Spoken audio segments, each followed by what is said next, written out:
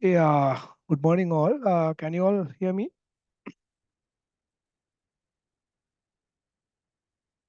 Yes. Yes, sir. Okay, please rename your profile name by your registration number followed by your name, right? It's better to rename your profile name by your registration number, right?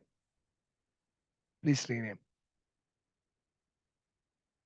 So around 70, which means 69 students joined the meeting. So how many students are batch intake? I think around 80, no? There are 78 for now, sir. Okay. Let's wait 2-3 minutes, then start, right? Okay, please rename your profile name.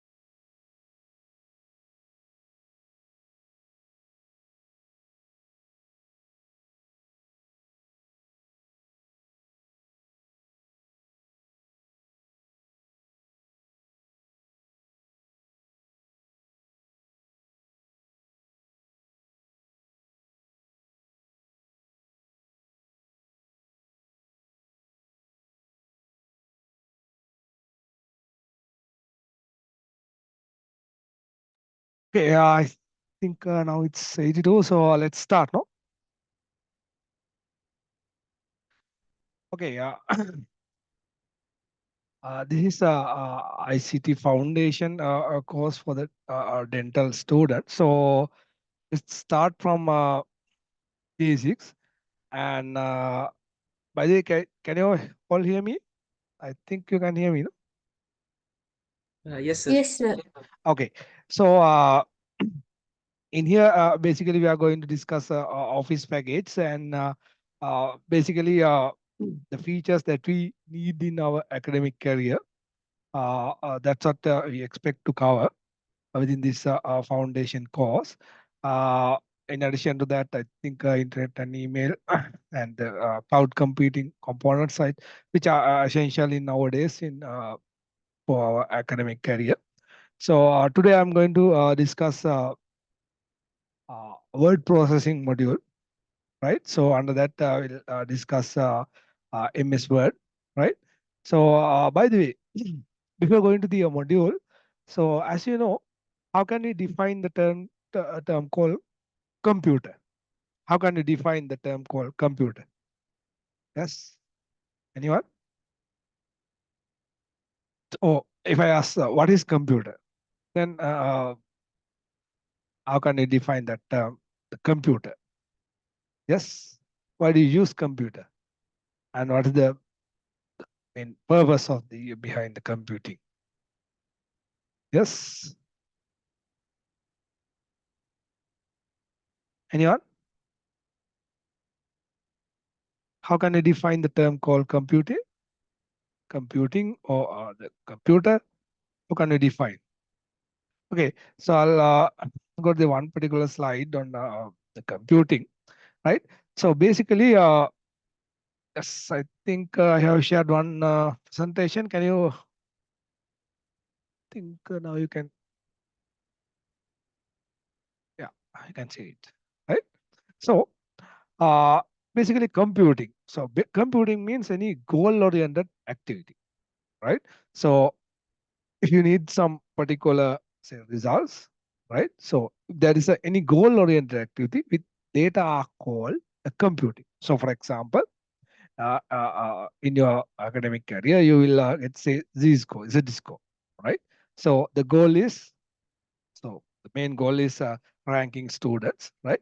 So there are a number of parameters, which means in advanced level, marks for three main subjects, right? Then the goal is ranking students. So process can be labeled as computing, right? So uh, at the earliest, right? So at the beginning of the era, so we use abacus for the computing, right? So and then there are a number of evolutions, right? So we are not going to discuss those evolutions. So right now we use a computer for computing process, right? So in nowadays, right? So in nowadays, how can we define a term called computer? So basically, we can say a computer is an electronic device. So it's an electronic device which can be used for data processing, right? So when you process data, there should be a set of instructions, right? So without the instructions,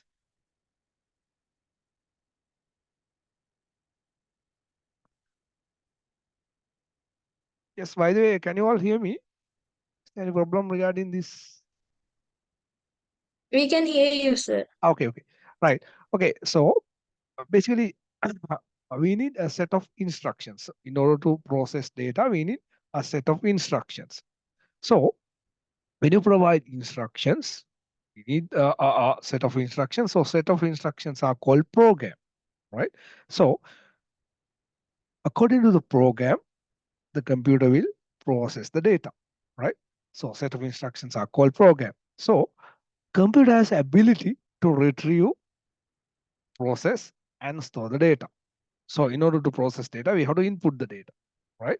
So once we input the data, the computer will process all the input data and it will provide a result. So results can be output or a storing within the storage device, right? So when you come to the computing, so this is the main what you call the layered architecture of the process. So we have to provide input, right? And over the input, there will be a process. The process will conduct according to the instruction or set of instructions we call program, right? So the process will output a result. That results can be output to the screen or it can be output to the say hard copy as a hard copy, or it can be stored in a storage device, right? So when you're talking about the inputs or input data, so what are the kinds of data that we have? What kind of data that we have? Yes, anyone? what kind of data that we have in uh, process, or when you input data into the process, what kind of data that we have? Yes. Yeah, basically we call data raw facts, right? So data means raw facts, right? So I'll take some basics. So that's why I take few slides, right? So because now today I'm going to discuss the word processing, right? So data can be defined as a raw facts, right? So when you represent the data, we can use characters. What else? Digits and some special characters. Likewise, there are a number of we call data types, right? So it may be a number or it may be a string or characters. So when you process these kind of different data types, so you'll have specific modules or specific applications, right? So basically, if you want to process characters or the set of text, we use a text processing or we call word processing applications, right? So in nowadays, there are a number of word processing applications are available, right? So within this module, within this course, we are going to discuss MS Word, right? Other than the MS Word, we can have, say, a writer. And when you go to the cloud computing, cloud applications are there. So we have Google Docs, right? So likewise, there are a number of word processing applications are there. So we can use those applications based on our requirement, right? Okay. So okay, now I'm going to discuss some basic features in word processing applications, as well as the some important features which are useful for our academic career, right? Okay. Now, uh, yeah.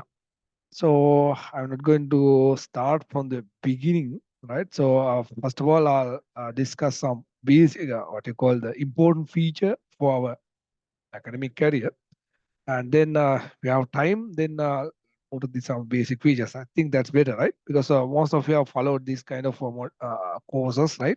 So anyway, so those who didn't follow it doesn't matter, right? So this is the word processing application. You know how to open this kind of application when you your PC, right? So I have opened the MS Word, right? I have shared it. Can you see it? Yeah, now I think Yes, sir. you can see it, right? Okay. So this in my PC, I have a 2019 version, right? So when you open this application, there are two frames, right? So here we have, let's say, a left and right frame. So within the left and right side frame, we have most recently opened documents through the applications, and on the right hand side, we have several this kind of we call a number of uh, sorry, here there are a number of templates, right? So for example, if you want to prepare your CV resume, or if you want to prepare a particular calendar, so there are a number of templates, right? So right now I'm going to use some kind of a blank document in order to prepare our special or specific document, right? Okay. First of all, what I'm going to do, I'm going to demonstrate how to uh, prepare a basic document, right? So basic word processing, right? So let's discuss how to prepare a document like this, right? So for example, uh, say now I want to prepare a report, right? So that's the most important thing in your academic career. Uh, at the final year or third year, you'll have to prepare a thesis, right? Or project report, right? So I'll upload this sample document to your LMS so that you can practice this, right? So assume now this is my particular project report, right? So I have several pages, right? Like this. Think you can see this, right? Can you Yes, see this? sir. Yeah. Okay. Now assume this is my report, right? So there are a number of content, right? So now, what I want to do, so I want to format this document like this, right? So, share my screen. Okay. Now, this is my sample document, right? So this is what I want to produce, right? So in this document, you can see there are several formatting has been done, right? So this is called table of content. Table of content, you know this, right? So this is called table of content. By using this table of content, you can direct it to the whatever content that you wish, right? So for example, so in this my document, I have 4 chapters, right? 4 chapters. So if I want to visit to the say the 4th chapter, right? So here, when I click on here, it will be directed to the chapter number 4, which is called a computer system, right? So there is one feature. We call this is a table of content, table of content, and this one. So these are the images, so figures that we have in this document, right? So we call this list of figures, right? So if you want to direct it to the, if you go to the say this particular figure, so if I want to direct it to this particular figure, I can click on here, and then it will be directed to the that particular figure, right? So that is list of figure, right? Similarly, we can insert a list of tables. So those information are available in this first section of this document, right? First section of this document. You can see this document contain actually 2 different sections, right? So this is called first section. This is called second section, right? So you can see the second section contain the content of this document. This is the content, right? So actually, these are the information which are valuable for use in this document, right? So we call this section 1. This is information about document. Section 1 contains information about document. Section 2 contains the content of the document, right? So there are several terms. So this is table of content. So this is list of figures. Similarly, we can insert list of tables, right? So that's about the first section, right? And the second section contains the content. And you may have seen at the end of the document, sometimes in some references or textbooks, we'll have index page, right? So you know what's meant by index page? In here, I don't insert index page. We'll see how to insert an index page to the end of your document, right? So you know, do you know the what's the index page? Yes. Okay, we'll see how to prepare an index page, right? Okay, now okay, this is what I want to produce. So this is my sample document. I have some sample images as well. Now let's see how to do this, right? So this is my sample document, right? So here the content is there, right? Now let's see how to format my document according to the requirement, right? Okay.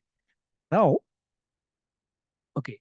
So at the beginning, so when you produce or when you prepare a document, so first of all, you have to think about the layout, right? So in my case, so I'm going to say, assume now I'm going to take a printout of this document, right?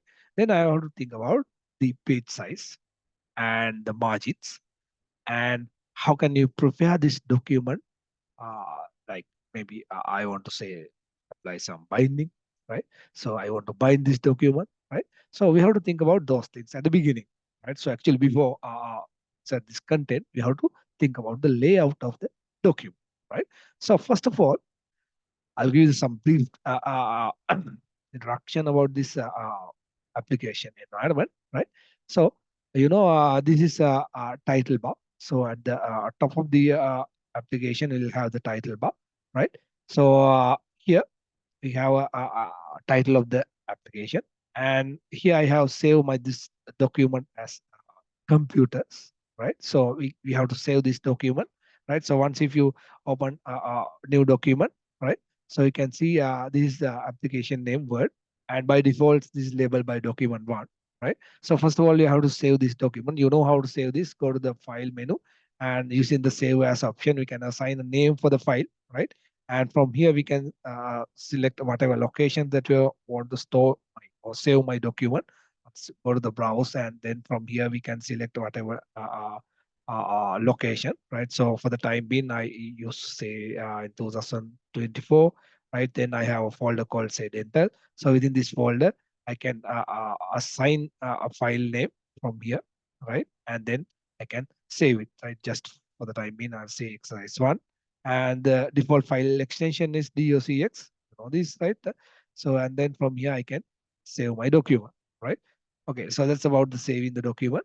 I just close this. And this is my sample document. I have saved it as computers, right?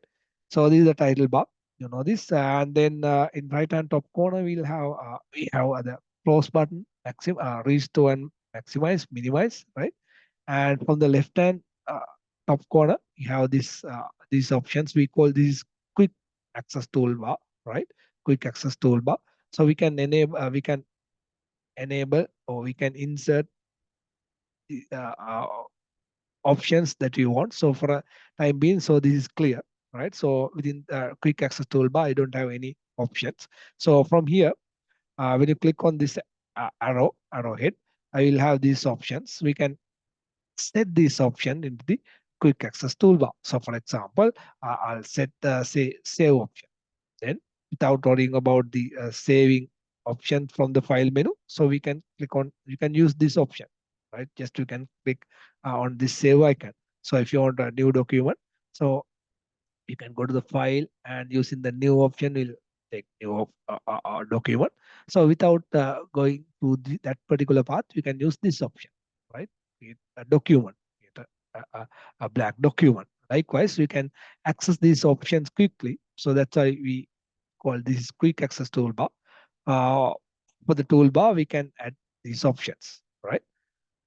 Okay, so that's about the quick access toolbar. Then we'll have this, we call these are tabs, right? So there are a number of tabs, home tab, insert tab. So we'll see what are the options that we have in these tabs, right? So if you take one particular tab, there's a specific ribbon, right? So there's a unique ribbon. So for example, for that home tab, we have a ribbon. For the insert tab, we have a ribbon, right? So within a one particular ribbon, we have a set of categories, right? So which contain some options, right? So for example, this is the layout tab. So this is the page setup category. So by using this page setup category, so we can set the layout, right? So we can change the page size and the orientation, margin, those things, right?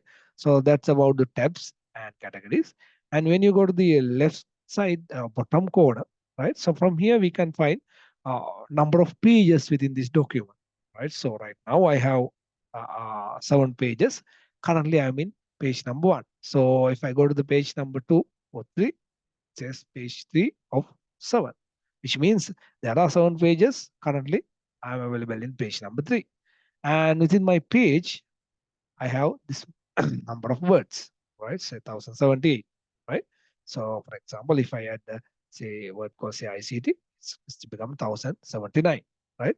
So likewise, there are some basic informations with bottom of this application. We call this status bar, right?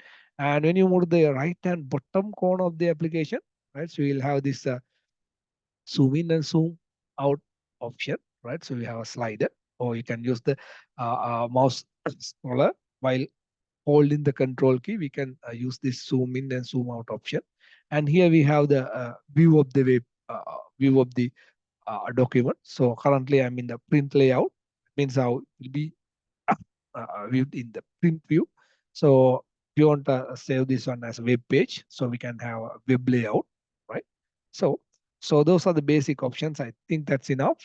So one more thing, if you want this kind of a scaler, right? So we call this ruler, right?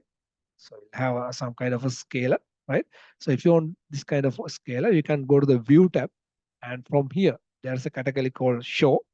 Uh, Using this show category, we can enable these rule options, right? So we'll see now the rule is disabled, or you don't have rule option, you don't have a scaler, then we can enable this rule option. Okay, I think that's enough for the environment. So now let's go to our okay. So first of all, I'm going to set the layout, right? So assume now I'm going to get a printout of this document. I want to take a printout for the A4 sheets, right? So I go to the layout tab, and from this page setup category, fourth page setup category, first of all, I'll set the margins. Oh, first of all, I'll set the size, right? Let's go to the size. And from here, by default, it's letter. I'll set, say, A4. And from here, I can set the orientation, right? So orientation may be portrait, some kind of a vertical orientation, or we can have a landscape orientation, which is horizontal shape, right? And then from here, we can set the margins, right? So by default here, the normal margin means the top, bottom, and left, right, half on 1 inch, right? So if you want, we can have a narrow margins, or we can customize it. Go to the custom margin, we can customize, right? So according to the purpose, we can customize these margins, right? So this is the page setup options. So if you need some more options, actually you can go to the page setup window, right? So how can we take the page setup window? So you can click on this uh, arrow, which is in right hand bottom corner of the category, right? Within the page setup category. So there is arrow, right hand bottom corner. Then click on this arrow, then we'll have this page setup window, right? So from here also there are 3 tabs actually. So in the second tab, which is paper. So from here, we can set the paper size, right? Which we set in here, right? And go to the margin. From here, we can set the margins, right? So in my scale in inches, right? So if you want, you can change this scale measurements units, right? So we'll see how to change this measurement units at the later. And here also we can change the orientation, portrait, or the landscape. Here, especially will have the preview, means how it will be applied. So this is the portrait orientation. Once if you take to the landscape, so this is how it will be applied, right? So I'll keep this one as portrait. And there's an option called gutter. There's another option called gutter. So can one of you? So what is the purpose of the gutter? Yes, anyone? What is the purpose of gutter? So why do you use this gutter? Or what is the purpose of gutter? What is the usage? Yes, anyone? Why do you use this gutter? Or what is the purpose of this option called gutter? Yes. Have you used this before? No. No, sir. Okay. The purpose is, so as I told earlier, right? So now assume I want to take a printout of this document. I want to bind this document. In order to bind this document, I have to keep some space for binding purpose, right? So this is the document, right? So I want to use say spiral binding or whatever binding. So I have to keep some space for the binding. So from here we can keep some space for binding. So for example, let's see, I keep say 0.3 inch, right? So by looking at this preview, you can see how it will be applied. So I say set 0.3. So usually we set 0.3. So now you can see there's a space for the binding, right? Have you seen that? Is it okay with this Yes, sir. preview and this screen? I don't know. Think that's easy for understanding. So that's why I zoom and uh, so that's why I set this option here and then zoom this screen, right? Okay, I think it's clear, no? What is the purpose of gutter? Yes, sir. Okay, right. So now I set say 1 inch from the left and 0.3 for the gutter.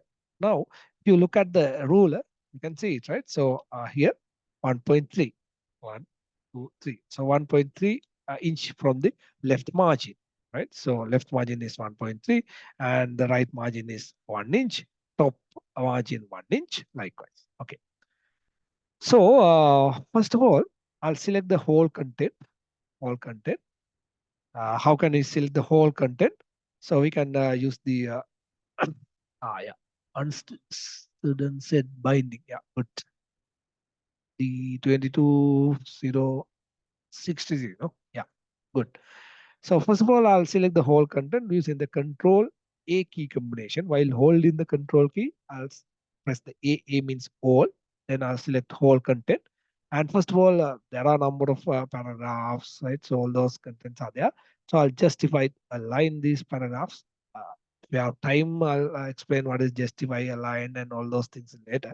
I think most of you know this, so that's why I discuss these some kind of relevant operations or relevant options for your academic career at the beginning. Okay, so I'll select the whole content and align this content in justified align. And then from here, we can set the line spacing, means the space between two lines, right? So I'll keep say 1.5 between two lines, right? So if you set say 1 inch, remove whole content and say 1 inch, right? So if you take one particular paragraph, so let's remove all those spaces and like this, right? So if you take a paragraph like this, right? So I'll take one particular paragraph, this one. So here, if I take this paragraph, so actually when you type in this kind of paragraphs, you can see here, here. So you have to know where we have to use the enter key, where we have to use the spaces, all those things, right? So for example, so assume now I'm typing this paragraph, right? So here, your notes, I type my paragraphs, right? So I'll say information as output, and then I keep I feel uh, now this space is not enough. So this is my right margin. Then I think this space is not enough. Then what I can do, I just press the enter and go to the next line, right? And then I keep on typing and information as output of the document, something like that, right? So if I type like this, actually this is wrong, right? This is wrong because we can't, oh, you can't use enter key, enter key for line breaking. So usually where we can use the enter key only for breaking paragraphs. So for example, here, so here we have two different paragraphs. This is the paragraph, say, let's say number one, and this is the second paragraph. So if you want to break paragraphs, that's the only place, or that's the place where we can use the enter key, right? So in here, that means when you move to the next line, you can't use the enter key. So if you use this, right, it will make some errors in formatting, right? Actually, you can check it, right? So for example, here I press the enter key, here I use the enter key, right? And here I don't use the enter key.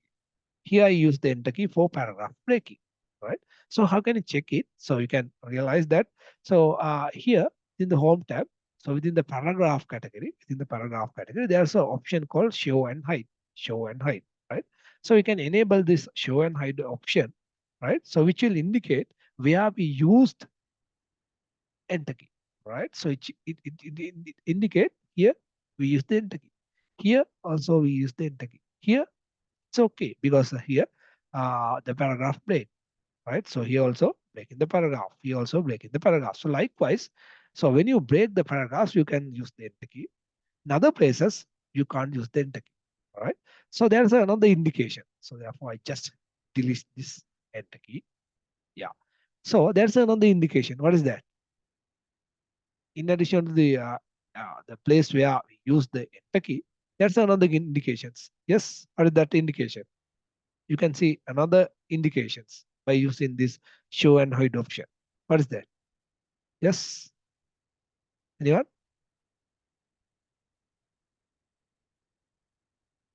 Yes. That is another indication. What is that? What is the indication? Here, the what another indication is there is a dot. Dot indicate by what? Here, because when you finish this typing, you can check your document, right? So here, enter key can be used only when breaking the paragraph, right? So there's another indication. What is that? Here, the dot. Dot indicate by space, the number of space that we use. Yeah, spaces between words. Yeah, correct. Good. So number of spaces, for example, so if you keep say 3 space between these two words, right? So here this is incorrect, right? So we can keep only 1 space between two words like this, right? Okay. So likewise, we can realize, or we can check whether our typing is okay, right? So otherwise it will it would be costly the formatting errors. Okay, then I'll hide this show option, right? Okay, now this is my content, right? So first of all, I'll select whole content using the Control A key combination, and I justified this content into the justified alignment.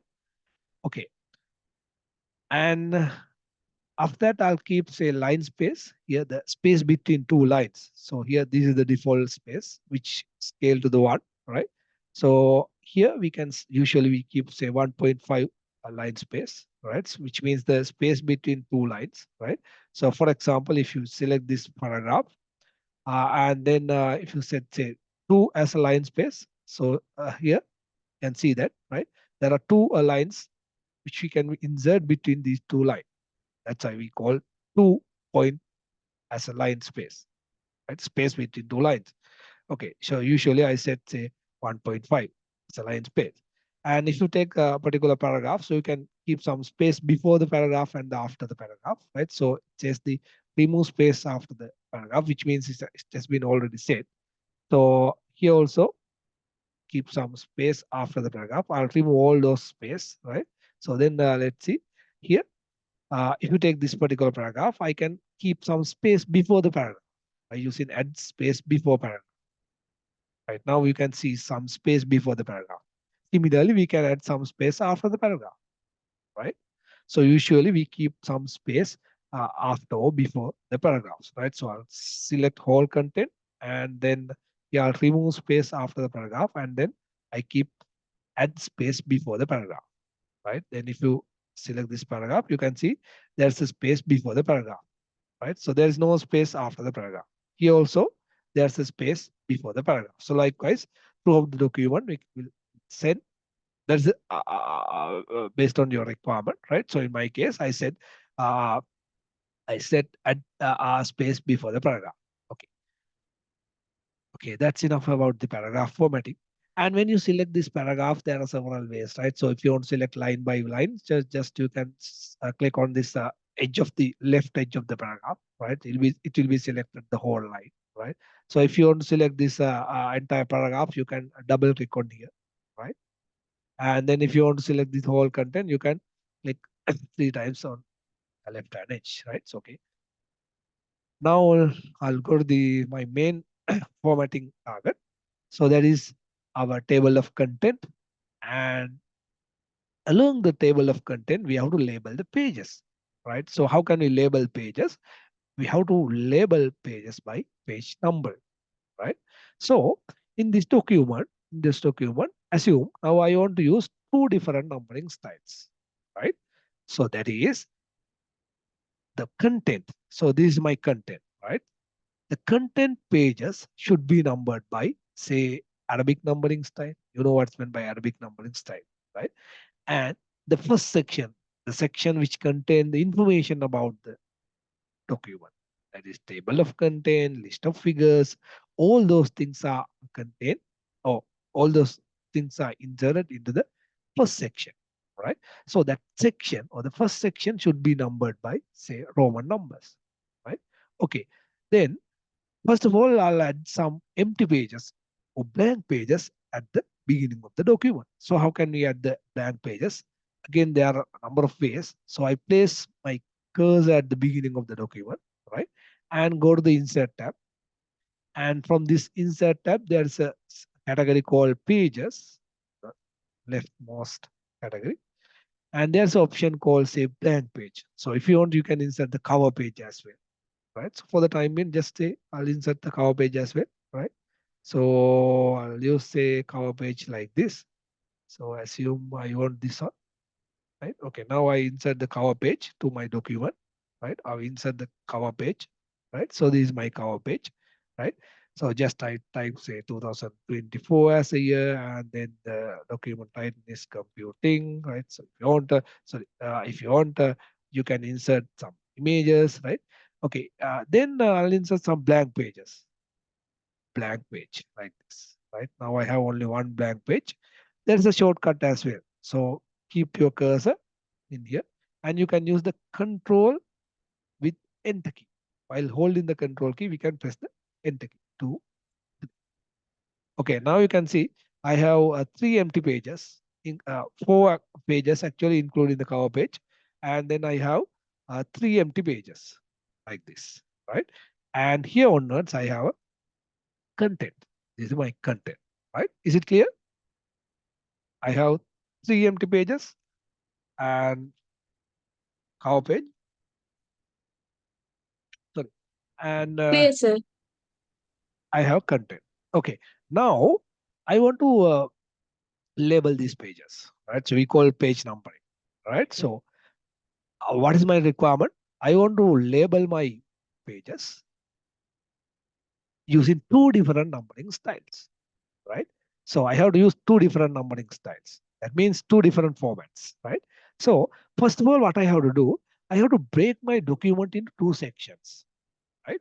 So actually, this is the first page of the second section, right? So we are uh, the section contains the content.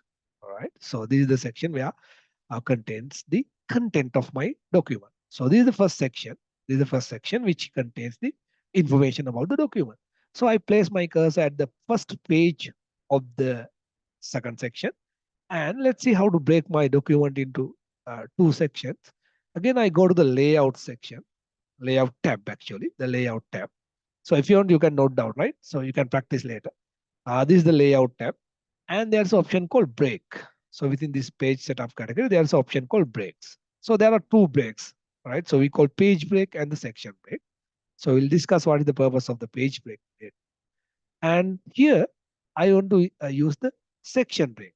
I want to use the section section breaks, because I want to break my document into 2 sections, right? So here, actually, this uh, icon, right? So this icon represent 2 sections. So you can see that, right? So here that the second page, what you call underlined by the orange color lines, while the next one is the usual underline. Okay, so I use this section break, right? So I use the section break like this. Now, actually, my document is break into 2 sections, right?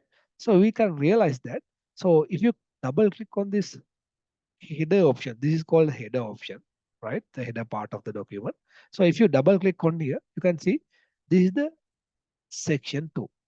You can see this is section 1, right? So this is the section 2, this is section 1, right? So just I undo this section break. So I keep this undo option to the uh, quick access toolbar and redo option. I'll just undo this section break. I'll show you at the header section, the usual header section. You can double click on here. So this is the header, right? Topmost part of the document. This is the topmost part of the document, and the bottom part is called footer, right? This is the top part, right? How can we visit the header section? You can just double click on here, or there is another option. Go to the here, insert and header, right? So now you can see this is the header. So we'll discuss this header and footer later as well, right? So just this is the header, right? But when you break this document, you can see, go to layout, breaks, and section break. Now you can see, if you go to the header section, now you can see this is section 2, right? So this is the first page header section 2 actually, right? So this is the header section 2. So it's specified the first page, right? Within the header, within the section 2. So now we can see this is header section 1. So which means this is section 1, that is section 2, the first page header. So they specify the first page of the section 1, 2, 3, all the sections. Right now we have 2 sections, right? Now we have 2 sections. So first section contains some empty pages, including the cover page. The second section contains the content of the document. Is it clear? Yes, sir. Yes. What about others? Is it okay? I think it's okay, right? So break the document into 2 sections, right? So using the section break. Now I'm going to label, right? So I keep my cursor in at the first section. So whatever page, within whatever page I keep in here. and go to insert tab. So within the insert tab, there is an option called headers and footer. There's a category actually. There's a category called header and footer, and there's an option called page number. Page number. I'll go to the page number option, and here, actually, again there are two formattings. The first of all, we have to set the page number format, right? So my requirement is first section should be labeled by or numbered by a Roman numbers. Roman numbers. I'll go to the format page number. Format page number. So here I format my numbering style as a Roman, either lowercase or uppercase, right? So I'll select the same Roman lowercase for the first section and okay. So you can see start at 1, right? So okay, right? Now the number format has been set. Still, we actually here I don't insert the page number. I just set the page number in format. Right? So by using this page number format, so then I can place my page numbers. So you can go to the top of the page or bottom of the page. You can place the page number in whatever place, right? So either top of the page or bottom of the page, maybe page margins, right? So for the time being, I just set top of the page. When you go to the top of the page, you can have left align, center, right align. So just I set the center of the top of the page. Okay. Now you can see my section 1 has been numbered by using uh, Roman numbering style. You can see. So by default, the cover page does not contain the page numbering, right? So start from 1, 2, 3, 0, right? Then this section has not been numbered, right? So I have assigned the numbers for the first section. Then I go to the second section because now document is break into 2 sections, right? Now I place my cursor here, right? So it will be applied sometimes and starting from 4, something like that, right? So I'll keep my cursor at the second section and go to the insert header and footer. First of all, I'll change the numbering format, right? So I'll format, say this one. Again, the Arabic numbering style, including 2 dash, right? So after and before the number, right? So number is between 2 dashes, right? So it says the starting at 0. We don't start 0, we want to start from 1. So by default, sometimes this option is selected, calls a continue from the previous section, right? So if it is selected, right? If so, then I keep this option continue from the previous section, which means numbering continue from the previous section. Then I place my number, then I place top of the page. Now you can see, right? It continues from the previous section because this is page number 3 continuous, page number 5. So if you add another blank page to the section 1 like this, now this is blank page which is added to the section 1. Section 2 start from page number 5 because when you set the numbering format, the option says a number here continue from the previous section. But this is not what I want, right? So this is the requirement. So I want to start from 1. If you want, you can start from 0 as well, right? So here we can set 0. I said this should be start at 1. This should be start at 1, right? So then I go, okay. Now you can see section 2, the content page, starting content page is labeled by 1, right? Okay. Now my document is broken into the 2 sections. The first section labeled by Roman numbering, right? Roman number style. The second section numbered by Arabic numbering style. Is it clear? Yes. Yes, yes, If you sir. have any problem, you can ask during the session, right? So is it clear? What about others? Yes, sir. Yes, sir.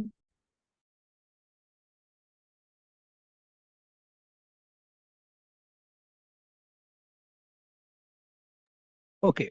Now I'm going to format my titles, or we call these are headings. These are headings, right? So assume this is the first header, right? So you know how to format this, right? So you can select the term, right? So you can select the term. Then I'm not going to discuss all the things, right? So here we can change the font type. So for example, let's say Algerian. So from here we can set the font size, and then here we can change the font styles are the bold, or if you want, you can underline, right? So using whatever style, right?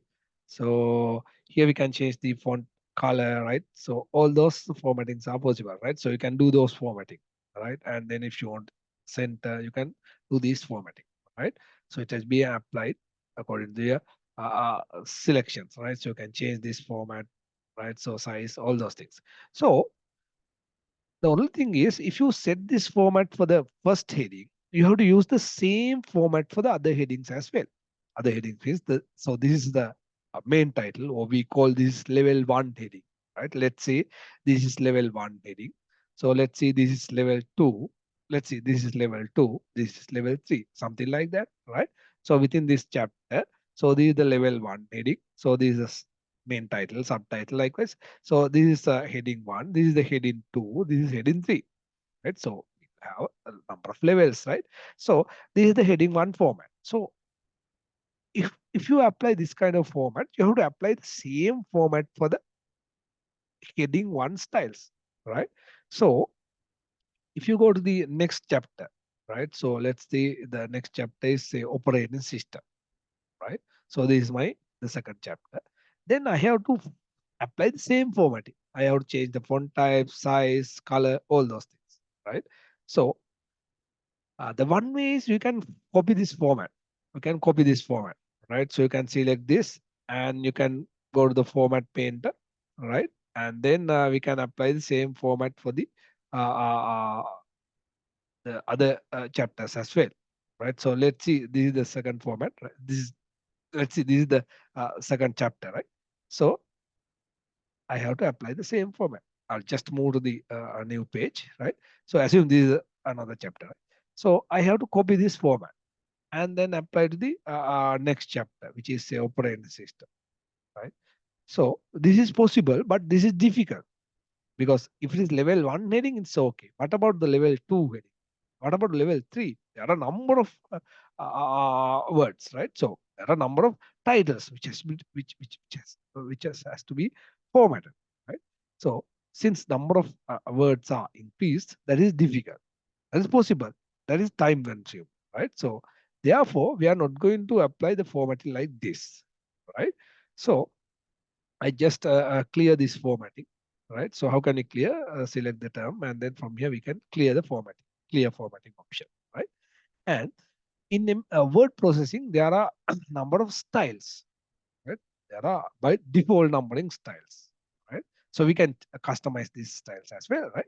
So we can apply these styles, right? Which has been already defined, right? So for example, this is level one heading, default style, right?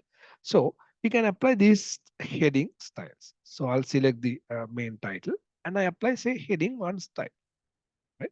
So I'll select the second one and then apply heading two. Then I'll select the third heading, third level of title, and I apply heading three, right? Is it okay? Have you got that? Yes, sir. Yes, sir. Okay. Then I have to apply. So I'll select this one, whether this is level two or three. So we have to apply the relevant heading. So just say this is level three, and then just say this is level three, this on level four, it may be level four as well, right? So likewise, depending on this level, we can apply this title, these styles. So assume this is level four, five, it's possible. This is level one heading. Just I'll select this heading one, right? So just say this is level two, it's heading two. Likewise, we can apply. So whatever headings level or whatever heading style based on the level of the heading, right? So assume this is the third one, heading three. This is heading three, right? So this is heading three, right? So let's see, this is heading three, right? So likewise, we can apply these heading levels. So assume this is level four, something like that, right? So that's the pen, right? So I'll apply this is heading one. This is new chapter. So this is level two heading, right? So this is level three, something like that, right? So again, I select this one as say level three. Likewise, we can apply a number of levels based on the requirement, right? So I keep this on as it is, then later on I'll apply this heading styles to this chapter. right? Okay, now I have formatted several headings, right? So based on my requirement, then now I can create a table of content.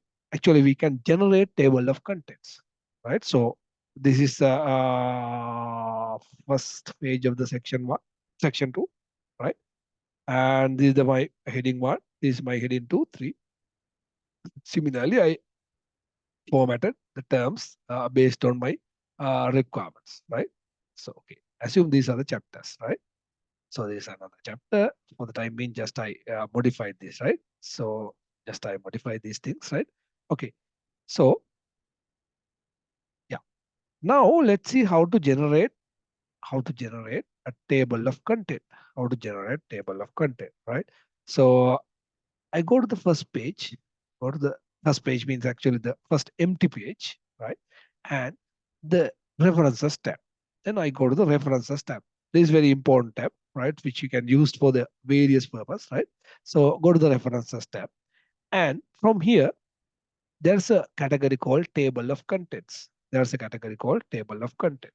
By using this table of content option, actually there's a table of contents option within the table of contents category, right? So we can generate table of content, or we call TOC, right? So if you use this kind of style, right, we'll see generate table of content using this one, second option. Then it will be generated table of content like this, right? It will be generate table of content like this, right? So the important thing is, so here these labels act as links, right? So which means, so if you want to direct, or if you want to visit the second chapter, right? So assume now want to go to the chapter 2 or the data processing chapter. So here the message says control plus click, control plus click. When you press the control key, you can see this symbol will be changed, right? So when I press the control key, this symbol will be changed. At the time, you can click on this label, right? Then it will be directed to the relevant chapter, this page number 3, right? So if you use this manually, you have to what you call turn over the pages physically, right? But if you use this document, we have to scroll down, right? So if you want to go to say page number 5, you have to scroll. Oh, go to page number 5. But these are act as links. When you press the control key, you can see this link will be changed. This symbol will be changed. Then when you click on this link, it will be directed to the relevant chapter. Have you got it? Yes, sir. Others, have you got it? Yes, sir. Yeah. Yes, So sir. likewise, we can generate Yes. table of content. But there is one more thing. So here we have this is the heading 1. See, this is heading 1. This is heading 2. This is heading 3, and this is heading 2 again, right? And here we have heading 4 as well.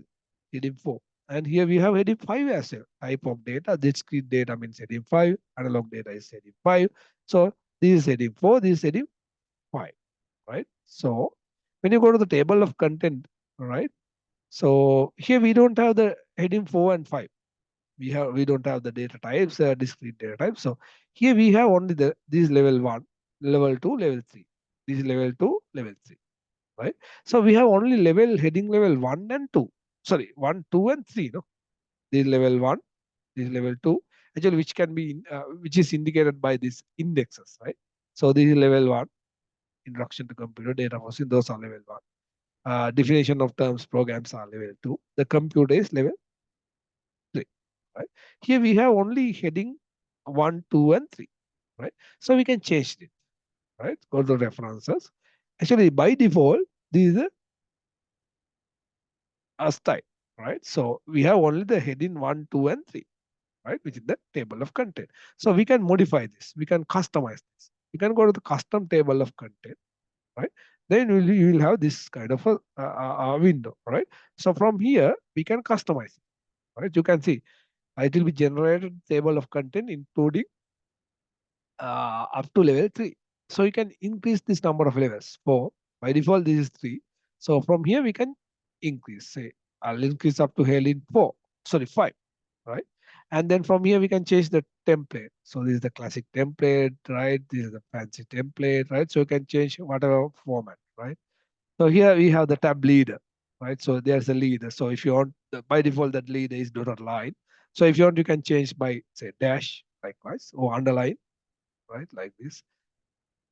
If you want to, you can show the page number, or you can have a right align page number, or you can change these options, right? So then click OK, then it will be replaced. So this is the current table of content. Then I replaced by the formatted style like this. Now you can see here we have heading style 4, 5 as well. Here we have 4 and 5, right? So likewise, we can format as your preference, right? So I just remove this table of content, right? And I prepare another one, custom table of content without using the default format, right? So I'll use this kind of format, right? Like this, right? So this is the format that I want, right? Okay, have you got it? Yes, sir. Yes, sir. By the way, do you know, do you want some time to practice this, or shall I upload the video or exercises so that you can practice later? Is it better? What is the appropriate method? Yes, We can practice later, sir. practice later. So you are at the Yes, sir. faculty or at the outside? Outside, sir. We are at home. Ah, right. Okay.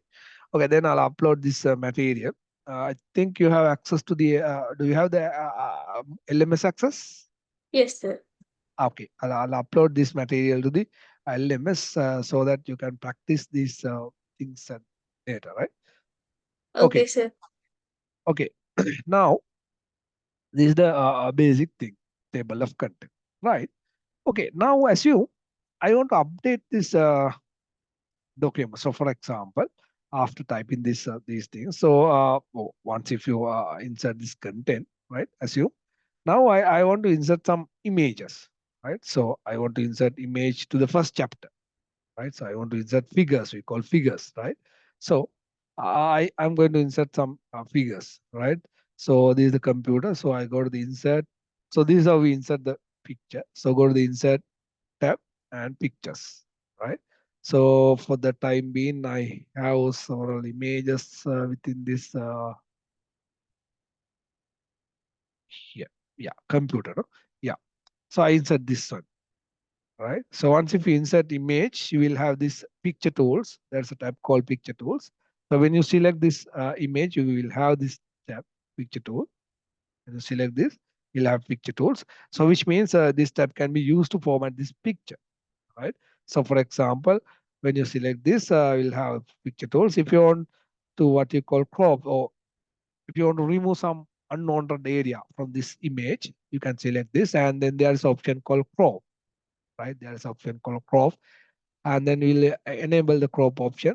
Then we will have these kind of controllers, right? So by using these controllers, we can remove any area which are not necessary for our document, right? So I'll crop or I'll remove these areas, right? And then if you want, you can have some kind of picture board, right? So these are the default borders, right? So you can set whatever border, right? And then if you want to, you can have you can customize these borders, right? So you can change this color of this border, and then the picture style can be changed, right? So whatever style, right? So likewise, we can change this picture format, right? So I'm not going to discuss all things, right? So whole the formatting styles, right? So you can change, and then you can resize by using these controllers, right? So you can rotate this, right? Likewise, you can change this, right? And then we can use this wrap text option to wrap this image with the text, right? So like this, you can move here and there, right? So that's depend on your requirement. So likewise, I insert several images, right? So I'll go to the insert picture and the program, right? Just insert say this one, right? So likewise, I'm going to insert several images into the document, right? So you can insert any image when you practice, right? So it's better to insert image relevant to the document, right? Like this. Okay. So this is the first chapter. And for the second chapter, I insert, say, this is the generations, right? Computer generations. So I insert some pictures. If you want, you can search through the online as well, right? So you can go to the online pictures, and from here we can search whatever topic. So in our case, say generations of computers, right? So I search, yeah, then I select the relevant image, right? So these are the generations, right? So I remove some unwanted area, all right? Just I customize this, right? So actually, this is the image. Anyway, I'll change like this, and then these are the types of computers, right? So I remove these formattings, right? So likewise, I'm going to insert some images, right? So we'll see what would be happen after inserting images, right? Right, just I remove. Yeah. These are the types of computers, right? So I just insert several images, right? So so this is how we search to the internet, and then here we can insert, say, types of computers, right? Yeah, I think that's enough for the internet images. So here I'll insert some images from our PC. Let's say the processor, all right? So whatever image, right? So for the time being, just I insert several images, right? Okay. Now you can see sometimes when you modify this document, right? So this chapter numbers may be changed. Now assume I insert our content to here, right? So assume some kind of content is there, right? So just I insert, say, uh, yeah, just PC. Yeah, number of images are there. Now the page numbers may be changed, right? So for example, now the chapter 3 or this one, operating system, the chapter start from page number 8, right? This start from page number 8, right? But when you generate the table of content, which is in page number, currently page number 8, which is in page number 5, right? The data processing chapter is page number 3, right? But right now it is in page number 4, right? So now the page numbers are incorrect, which means this has to be updated. So let's see how can we update this table of content. So no need to update this table of content manually. That means check one by one. Just you can right click on here, and go to the update field. Update field. So when you right click on here, there's an option called update field. So from here, there are two options: update page numbers only and update entire table, right? So in this case, I don't need to update the entire table because I don't insert new topics or new headings, right? So I just update the page numbers, right? Therefore, I'll select update page numbers only. Then click OK. Notice that the data processing is page number 3 earlier and operating system 5. That it should be right now, it should be updated as this is on this page number 4 and this one as page number 8. So 7. Now you can see it has been updated, right? So likewise, once if you earlier page number 3 and 5, once if you update, right? So it will be updated according to the current page number, right? And what you have to do just before the print out, or once if you update your page numbers, right? You can update this table of content, right? So that's about the update page numbers. Assume now after the preparation of this document, I want to insert a new chapter, right? Assume for the time being. So just after the insert this content.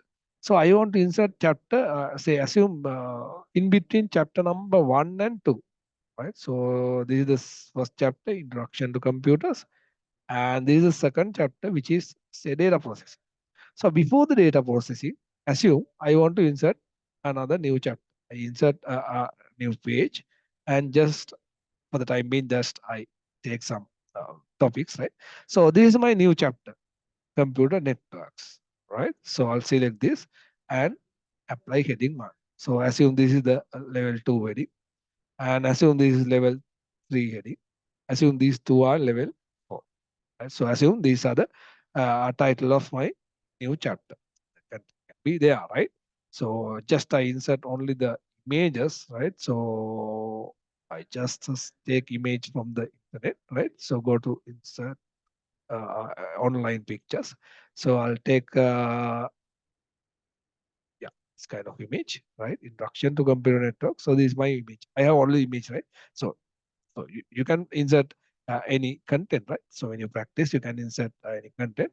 So for the time being, just I insert image like this, right? Okay. Now, what I have to do at the table of content. Now this is page number 4. That's another chapter, right? Before the uh, data processing chapter. Now what we have to do? We have to update the entire table of content, not only the page numbers, because I have inserted headings as well, right? New chapter. Then I have to go to the update field. Then right now I have to select which option?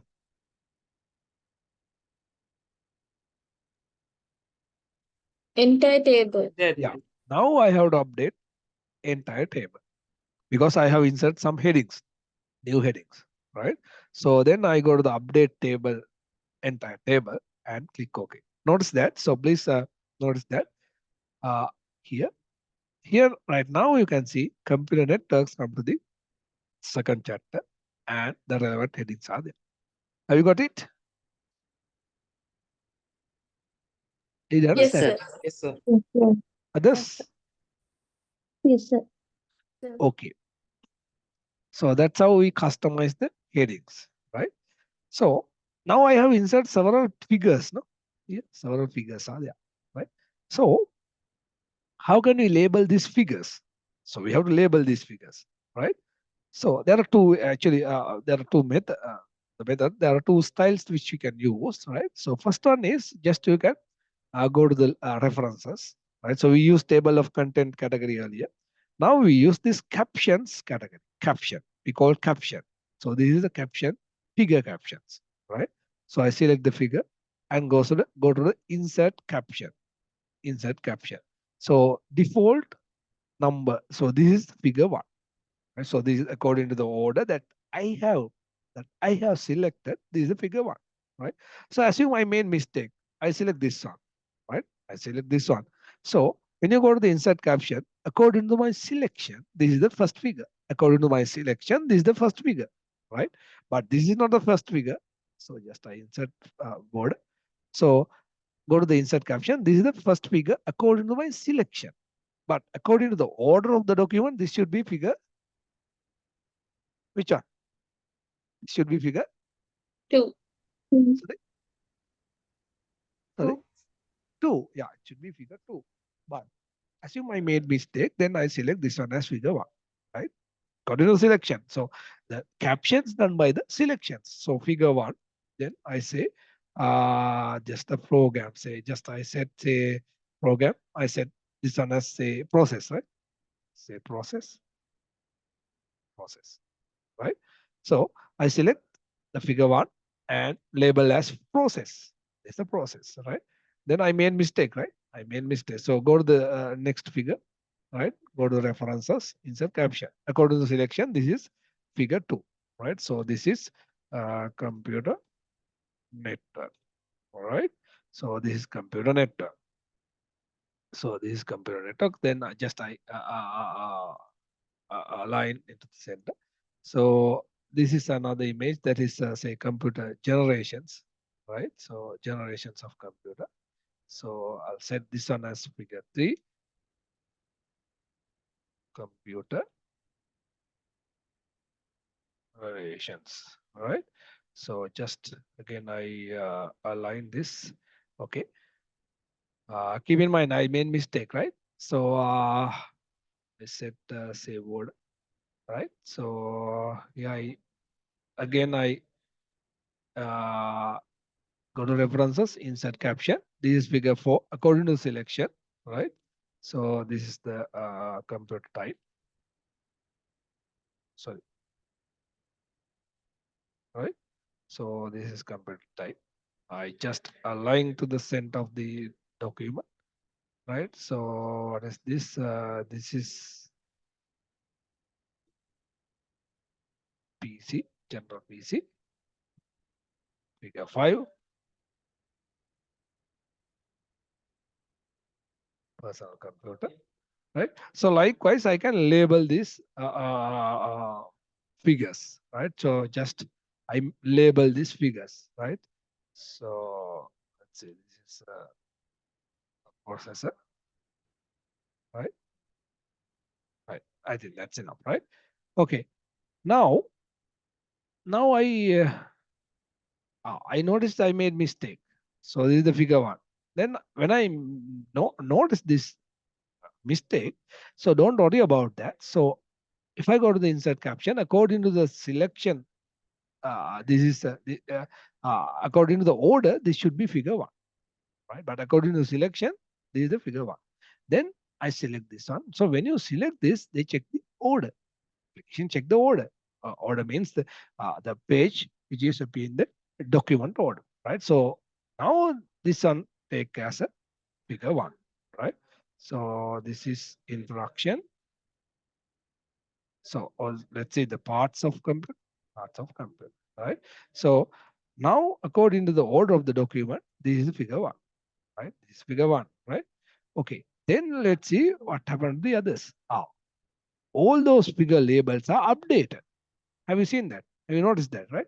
So earlier that is figure 1. This is figure 2, right? All the updated, right? All are updated, right? So if you want to just I undo this labeling, right? Just I undo. Now you can see this is figure 1, right? So this network part, this is figure 2. So but if I update this label, right? If I update this label, you can see now it has been updated. Then this is taken as figure 2. This is taken as figure 3. Have you got it? Yes, sir. Okay. Yes, sir. Then I can generate list of figures, figure list at the first section. So this is table of content. I go to the next empty page. Then, so this is the option that we used for the labeling or the captions applied to the figures. Then using this insert table of figures option, we can generate list of figures, right? Again, we have this kind of customize window. We can customize this. We can select whatever style, right? So this is the option that we use the figure list of figures, right? So list of figures, select this list of figure, and from here we can select whatever style, right? It may be formal or it may be a classic or whatever style, right? So I'll select format, and then I'll select this dash line, and then I keep these styles, and then okay. Now you can see the list of figures will be generated, right? Again, these labels are applied or act as links, right? Now these are links. So when you click on this link, it will be directed to the relevant image, right? Okay, have you got it? Yes, sir. Yes, sir. Okay. Similarly, we can insert the tables as well. Right? So for the time being, I just insert some dummy tables, right? So when you insert the table, you know if it is a table, right? So example, yeah, if it is table, there are two things to remember. So this horizontal view. So in horizontal manner, we have these are called rows. These are called rows. In vertically, we have columns. So when you insert table, you have to specify number of columns and rows, right? So actually using this palette, we can select the cells. We call cells, right? So if you go to the insert table option, from here we have to specify say number of columns and rows. So assume I want to say collecting student information, say student name, registration number, student name, and say your attendance, right? So your attendance, right? So it may be a word processing or whatever, right? So then it requires a no. Let's say the registration number, name, and say mobile, right? So then I want 3 columns. So assume there are 10 students, then I need 11 rows, including the header row, right? So I insert this kind of table, right? Right now I have table including registration number. Just so this is called header row and name of the student and telephone number or contacts, right? Or just say email, right? So these are called rows. These are called rows. And assume not the email, just say telephone number or the address, right? Right. Then assume now 2 students. Say D, what is your batch? 21.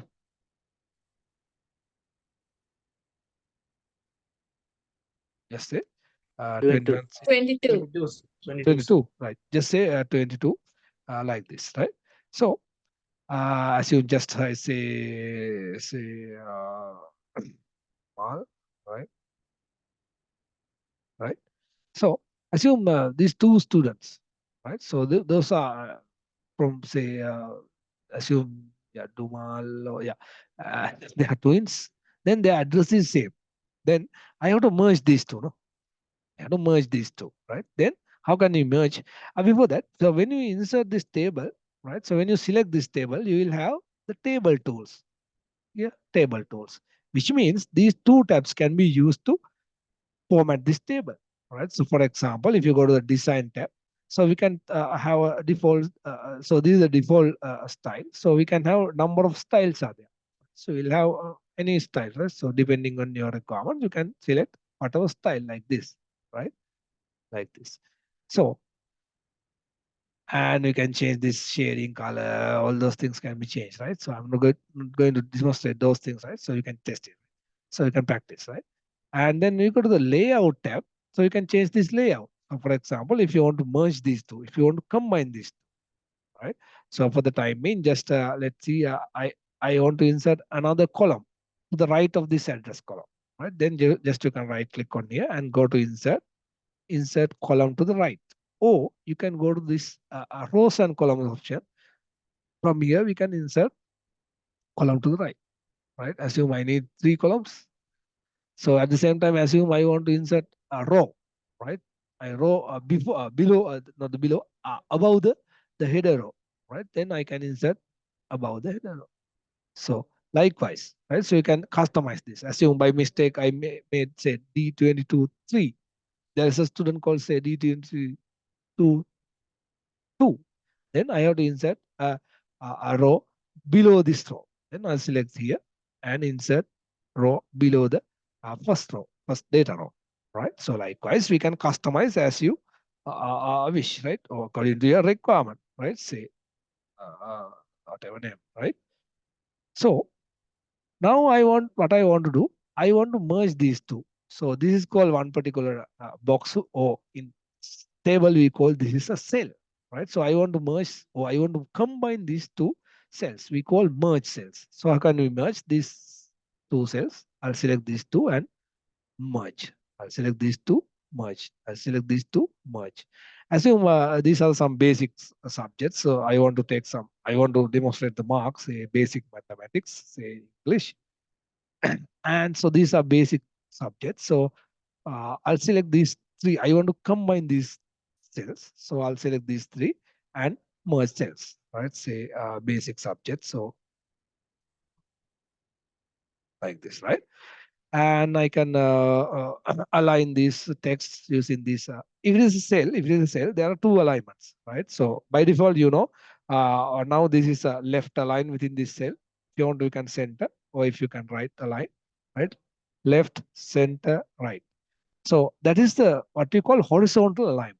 In vertically, we can align top, middle, and actually bottom, right? So when you go to this kind of cell, we can align this text in 2 alignments. So we call vertical alignment. So this is bottom, center, actually middle, and top, right? Top, middle, bottom, right? Now I centered and middle align, right? So likewise, we can align these topics as you wish, right? So I'll keep both center and middle, this option, right? So alignment, right? Alignment. As well as we can align this text directions as well, right? So you can test this, right? So I'm going to discuss all those things, right? So you can just test, right? You can practice these things, right? So I keep saying like this, right? So these are horizontal line. So these are vertical line, as well as the text direction is vertical. So here the text direction is horizontal. Right. So now this is my table. So assume I want to remove these rows. Then I select these rows and then here remove rows. So likewise, we can customize this table as you wish, right? Okay. For example, if you want to say split this cell. So if it is address, basically address contains say 3 lines, the number, street, and then hometown. Then we can select this and you can split this, right? So we can split the cells into say 3 columns or 4 columns. That's the best, right? So here the street number and then line 1, line 2, the hometown or postal code, whatever, right? So we can have this kind of arrangement, right? So again, here we can split, right? So this one can be split to the, say, number of columns is 1, number of rows here, say 4 rows. So sorry, row is 1 and number of columns, right? That depends, right?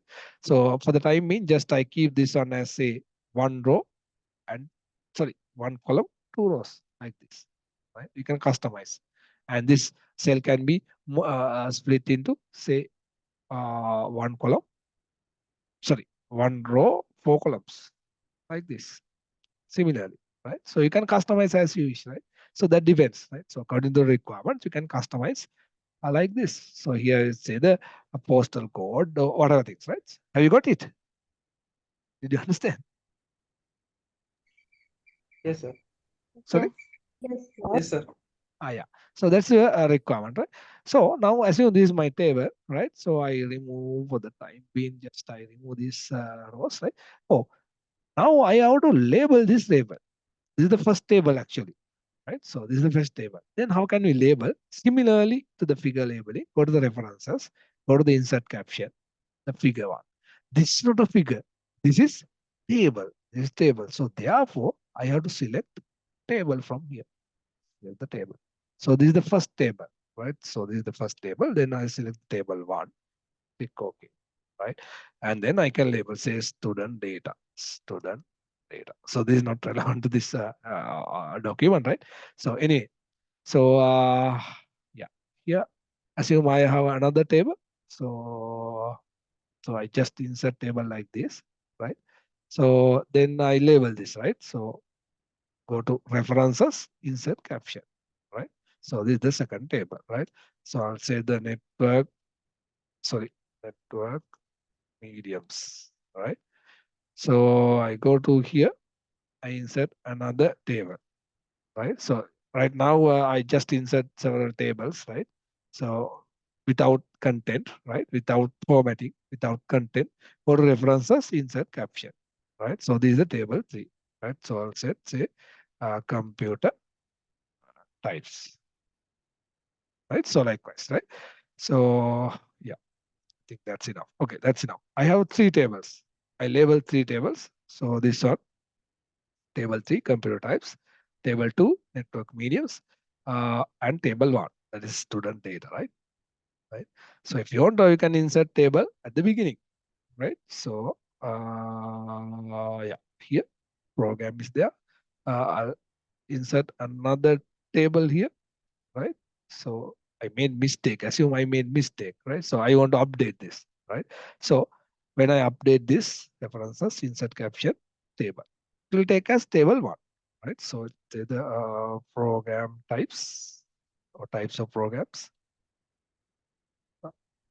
computer program styles, right?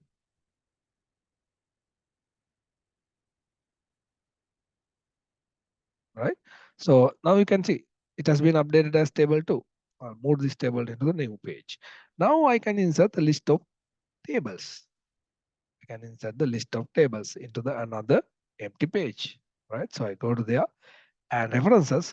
So this is the option that we use to label tables. So here we can insert a list of tables, like this. Table 1, 2, up to 5. Right. Again, we can format this, right? So I'm not going to format again. Now, this list of table. Have you got it? Yes, sir. Yes, sir. Similarly, if you have equations, you can label equations as well, right? So you can label the equations as well, right? Just I mentioned 2, 3 equations. I insert just 2, 3 equations, right? So if you want to insert equation, you can go to the insert equation.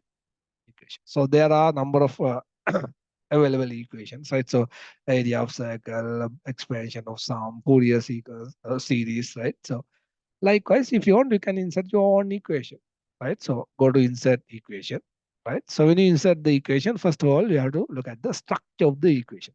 Let's say the speed, speed is uh, distance divided by time, right? Just I said, say speed or velocity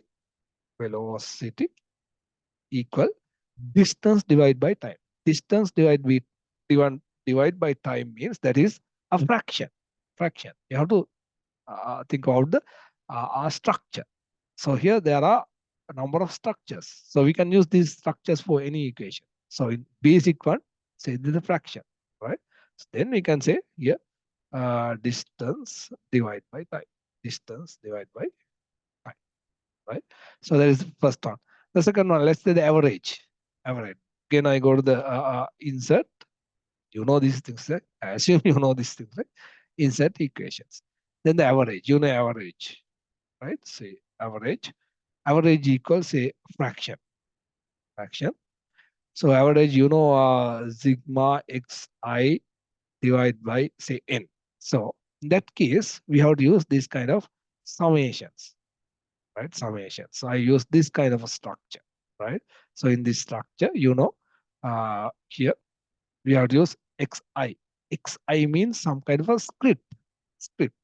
So a script in word processing, right? Here xi. So here we have to select what is the correct operator. So in that case, we have to use the script, maybe x square, or in this case xi, that is subscript, right? So I'll change this format as subscript, right? So how can we do that? I'll repeat again. So this is the default one. I'll select this one, and the script is a subscript, right? Here select x and I, right?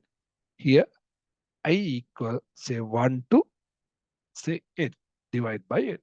Have you got it? Yes? Yes, sir. Others, is it okay? Yes, sir. Yes, sir. Yeah. Likewise, we can insert any equations, right? Any equations, right? So I'll insert one more, right? Say, let's see another equation. See equation for the standard deviation, right? Standard deviation. Think sometimes you know these things, right? So this is how we calculate the what you call your z-score, right? Standard deviation, right? So let's see how to insert standard deviation, right?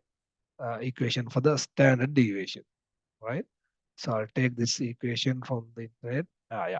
Now this is what I want to insert, right? So this is what I want to insert. I take one image, right? Okay. So as you now, I want to insert equation like this, standard deviation, right? So let's see how to insert this kind of a equation, right?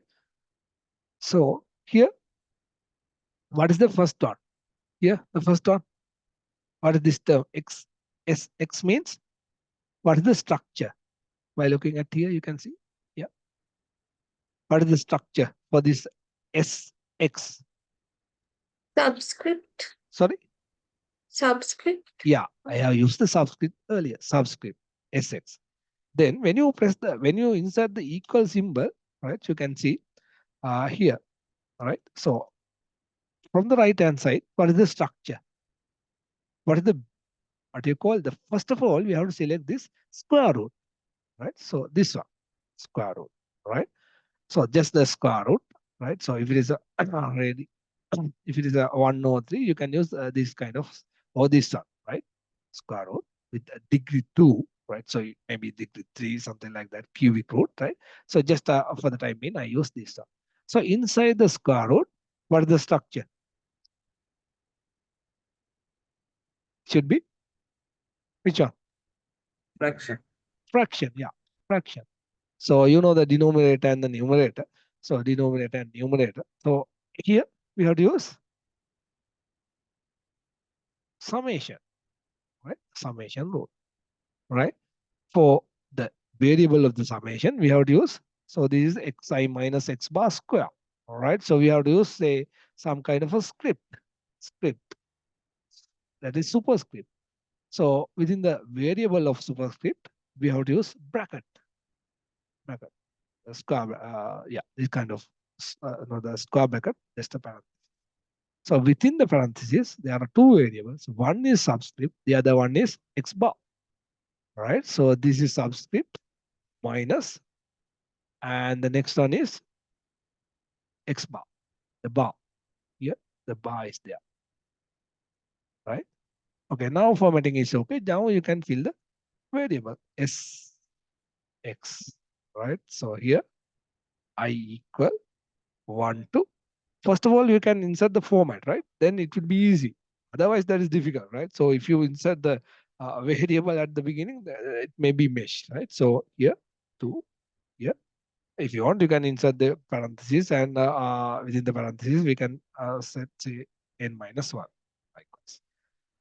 Okay, then I remove this, right? Have you got this?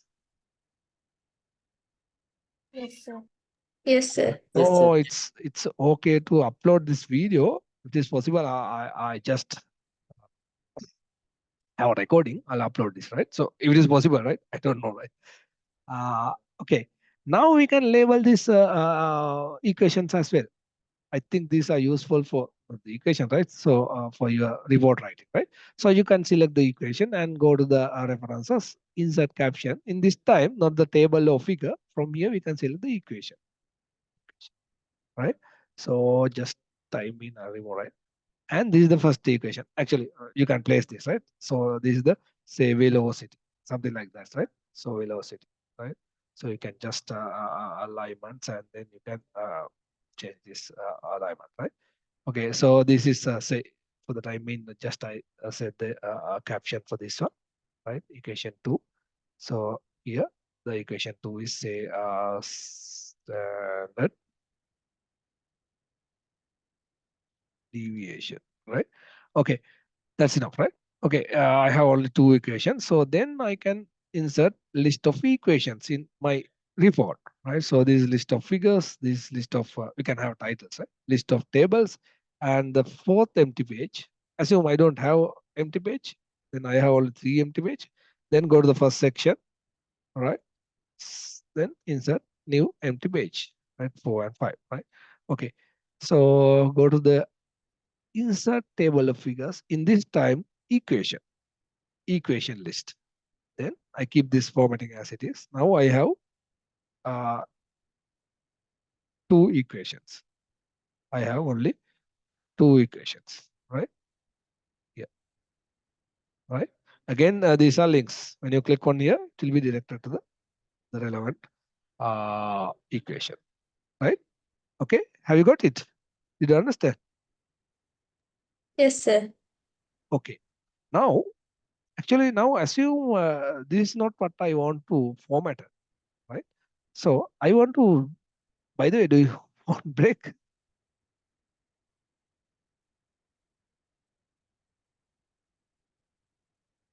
Do you want break? 5 or 10 minutes? Okay, sir. Do you want, Yeah. or you don't need? Please tell me quickly.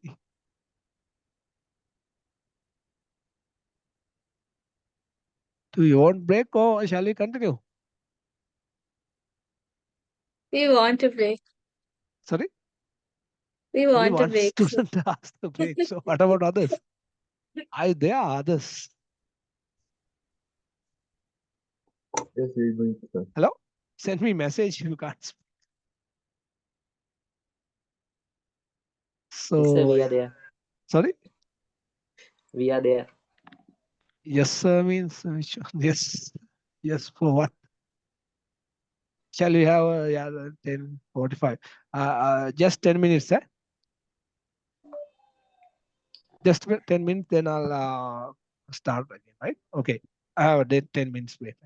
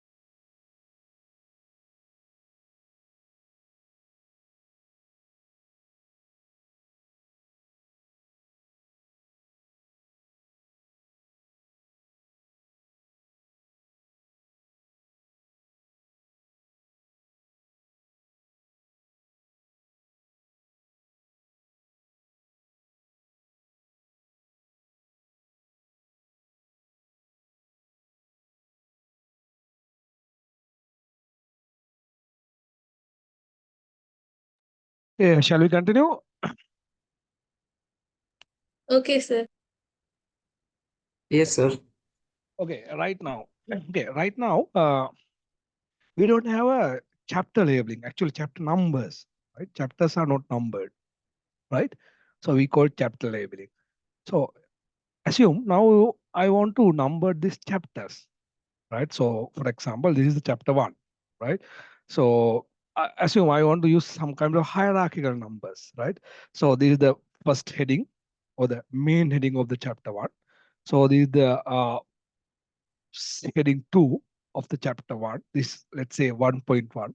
So assume this is the heading 3 of first subtitle, which is 1.1.1. So assume this is the second heading, 1.2 or something like that, right?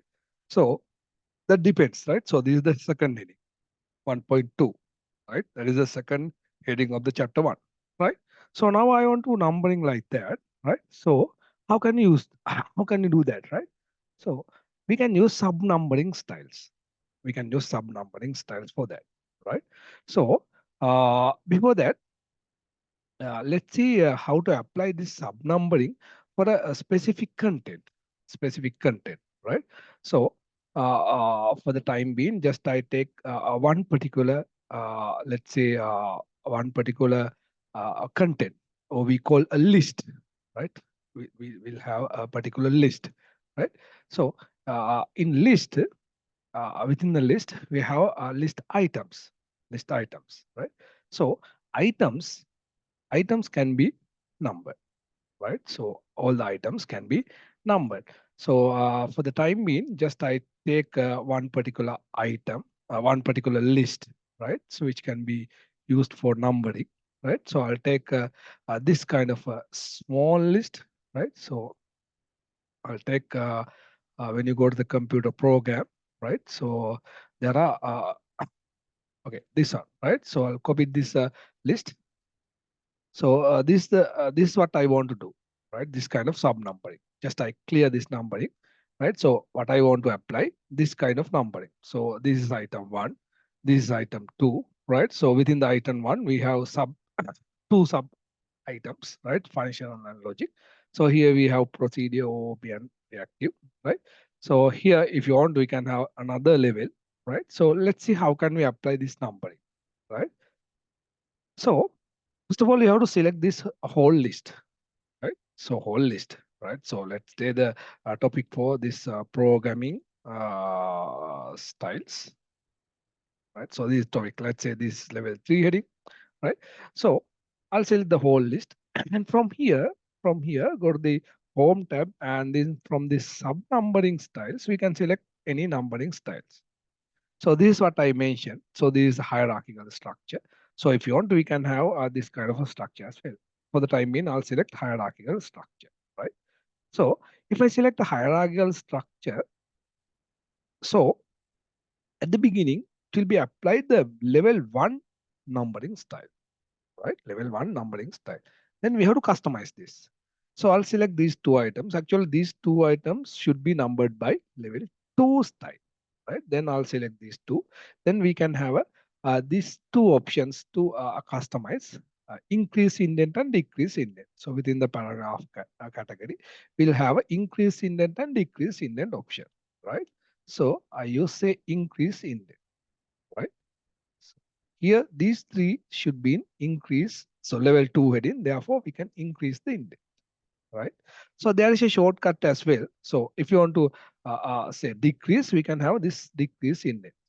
So because, so assume by mistake, I select whole list, right? Rest of the list icon, then I made mistake like this. Then we have to advance these headings. So this is level 2. This should be advanced as a level 1, right? Then I'll select this, and I use this decrease indent option, right? So now this is level 2, right?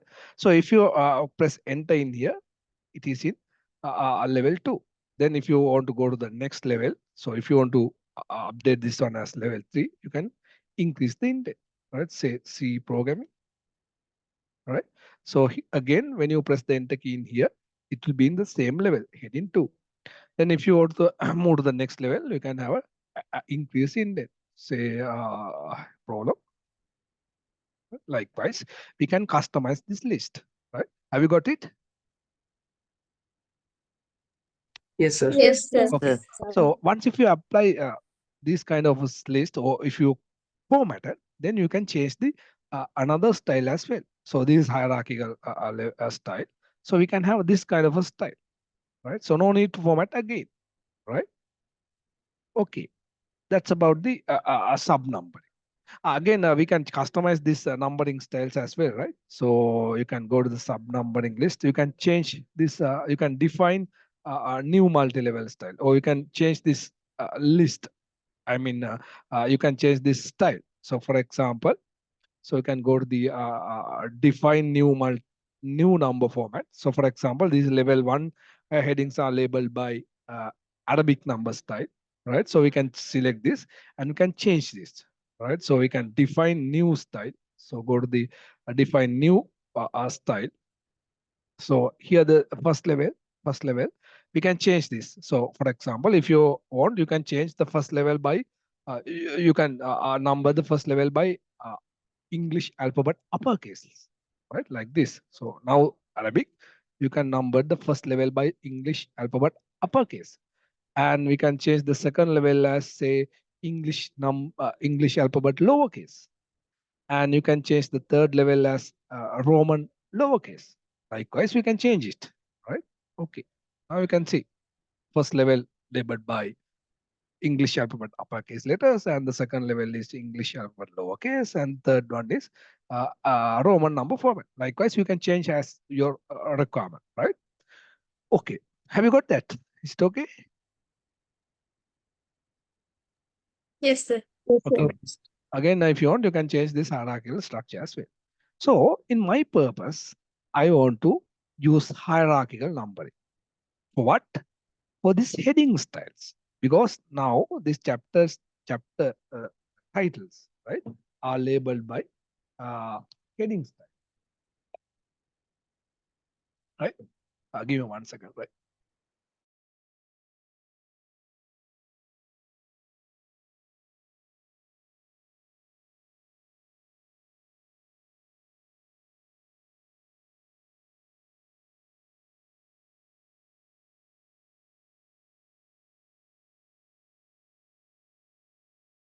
Right, sorry.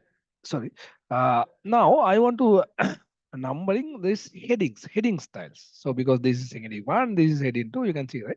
So this is heading 3. Then this is very easy. Go to the numbering styles, sub numbering styles, and in here you can see heading numberings. All right. So here heading styles are numbered, right? So we need not this one. So assume if you want, you can apply this one, right? But that is not the thing. If you want, you can apply. But I use this hierarchical structure, which is very clear, right? So then I apply this heading numbering style. That's it, right?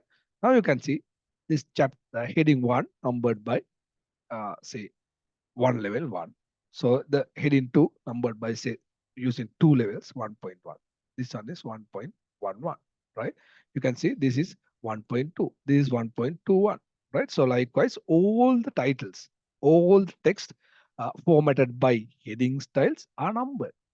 This is the second chapter. This is the first title of the or first subtitle of the chapter 2, right? So all the chapter all the chapter titles are numbered. So for example, if you apply say particular, so assume this is a new chapter. If you apply heading 1, now it's become chapter 5.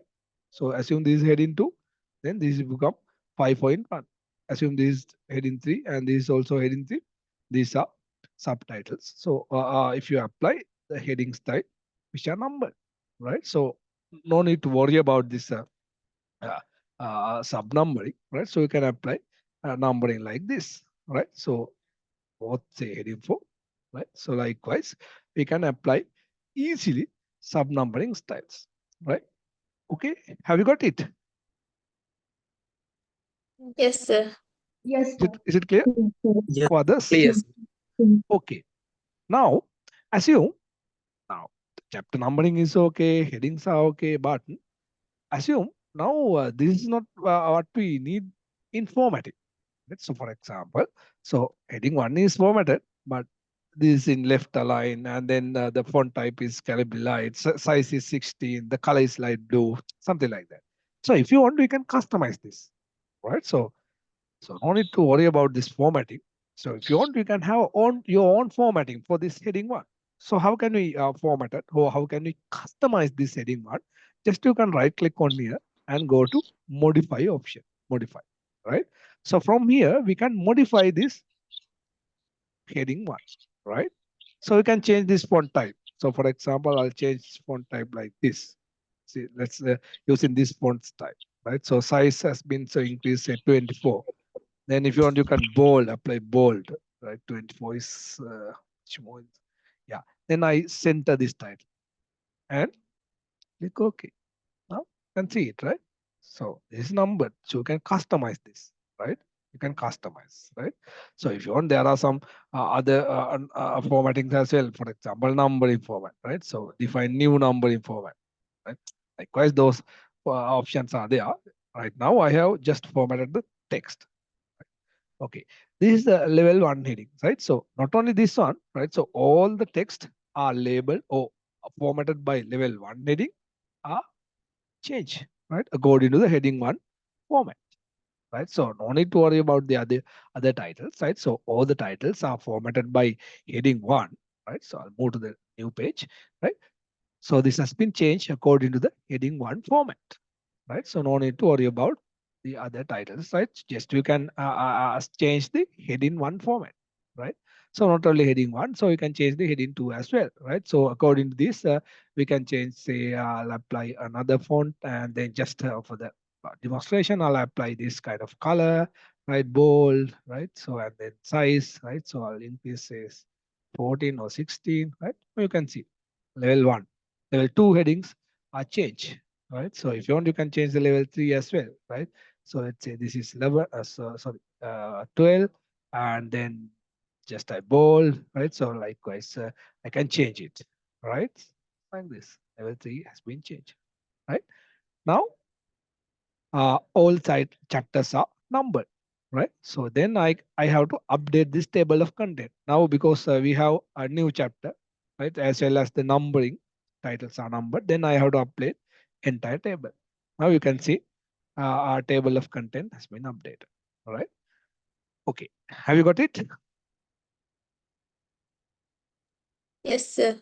Got it, Yes, sir. sir. Okay. So Yes, once sir. if you number this chapter, there is another chance, another advantage for this labeling, right? So for example, if I take a particular picture or particular table, right, or a image, right? So I don't know, this is a, say, personal computer. I don't know where this image is available. The page number is there, but in terms of chapters, right? So by looking at this figure label, I can't extract. So I can't extract the chapter number, right?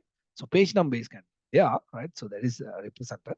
So, but I don't know what is the chapter which contain this image or where this image is available, right? So here figure 6, right? So this in actually chapter 3, right? So this is chapter 3. It's also chapter 3.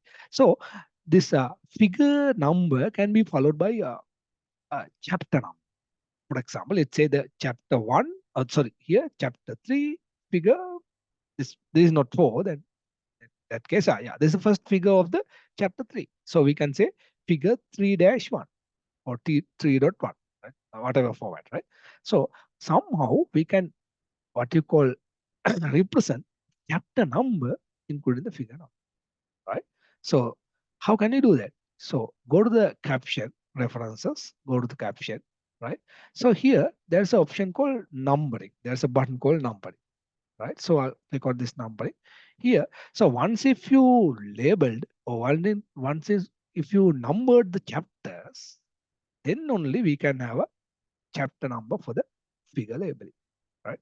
Now we have already numbered this chapters or the headings, right? So I use, say, include chapter number for the figure label, right?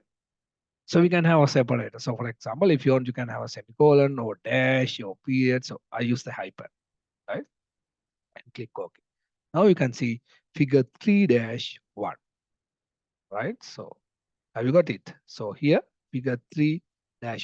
That is the first figure of the third chapter. Here, if you look at the tables as similarly, we can include the chapter number for the tables as well. Right? Let's see here, the second figure of the third chapter. Right? So likewise, here, third figure of the third chapter. Right? So likewise, we can include the chapter numbers for the figures as well. Right? So just I remove this empty page. Right? Right now, here. Likewise, here, the first figure of the chapter 4. Likewise, these figures can be labeled using the chapter number. Similarly, we can label tables as well. Not only tables, but also the equations, right? So for example, here, I'll go to the table, right? So include the chapter number for the table. Include the chapter number for the table. So sorry, only one label, right? So similarly, we can have a chapter number for the equations as well, right? So I'll just demonstrate all the things at once, right? You know these things, right? So that's why I quickly demonstrate this, right? So equations, right? So go to the equation list, right? So I'll go to the equation list. I'll go to this equation. Now we can have a chapter number for the equations as well. Similarly, we can select the equation and numbering, include the chapter number for the equation like this. So this is the first equation. This is the this first equation. This is the second equation of this, right? Okay, chapter 1, right? So now we have to update this list because these equations or these labels are numbered using the chapter number like this. We have to update all the label or caption list, right? So we have to update this, right? Okay, have you got that? Is it okay? Yes, sir. Yes, sir. Okay. Now, another thing, right? So when you insert this kind of content, so for example, assume now, let's see, operate. So when you read this, there's option, there's another option which you can use. For example, assume it's just the set of instructions. Yeah, yeah. There's a word called program. Assume at the first time, right? So it's at the first time when you read this, right? So at the first time means at the beginning. So when you read this, the call programs, assume this is not there. Influence of a set of instruction call program. Assume this is the term, right? It under the influence of programs, right? So that means there is a set of data which transfer to the results, which transfer to the another format using programs.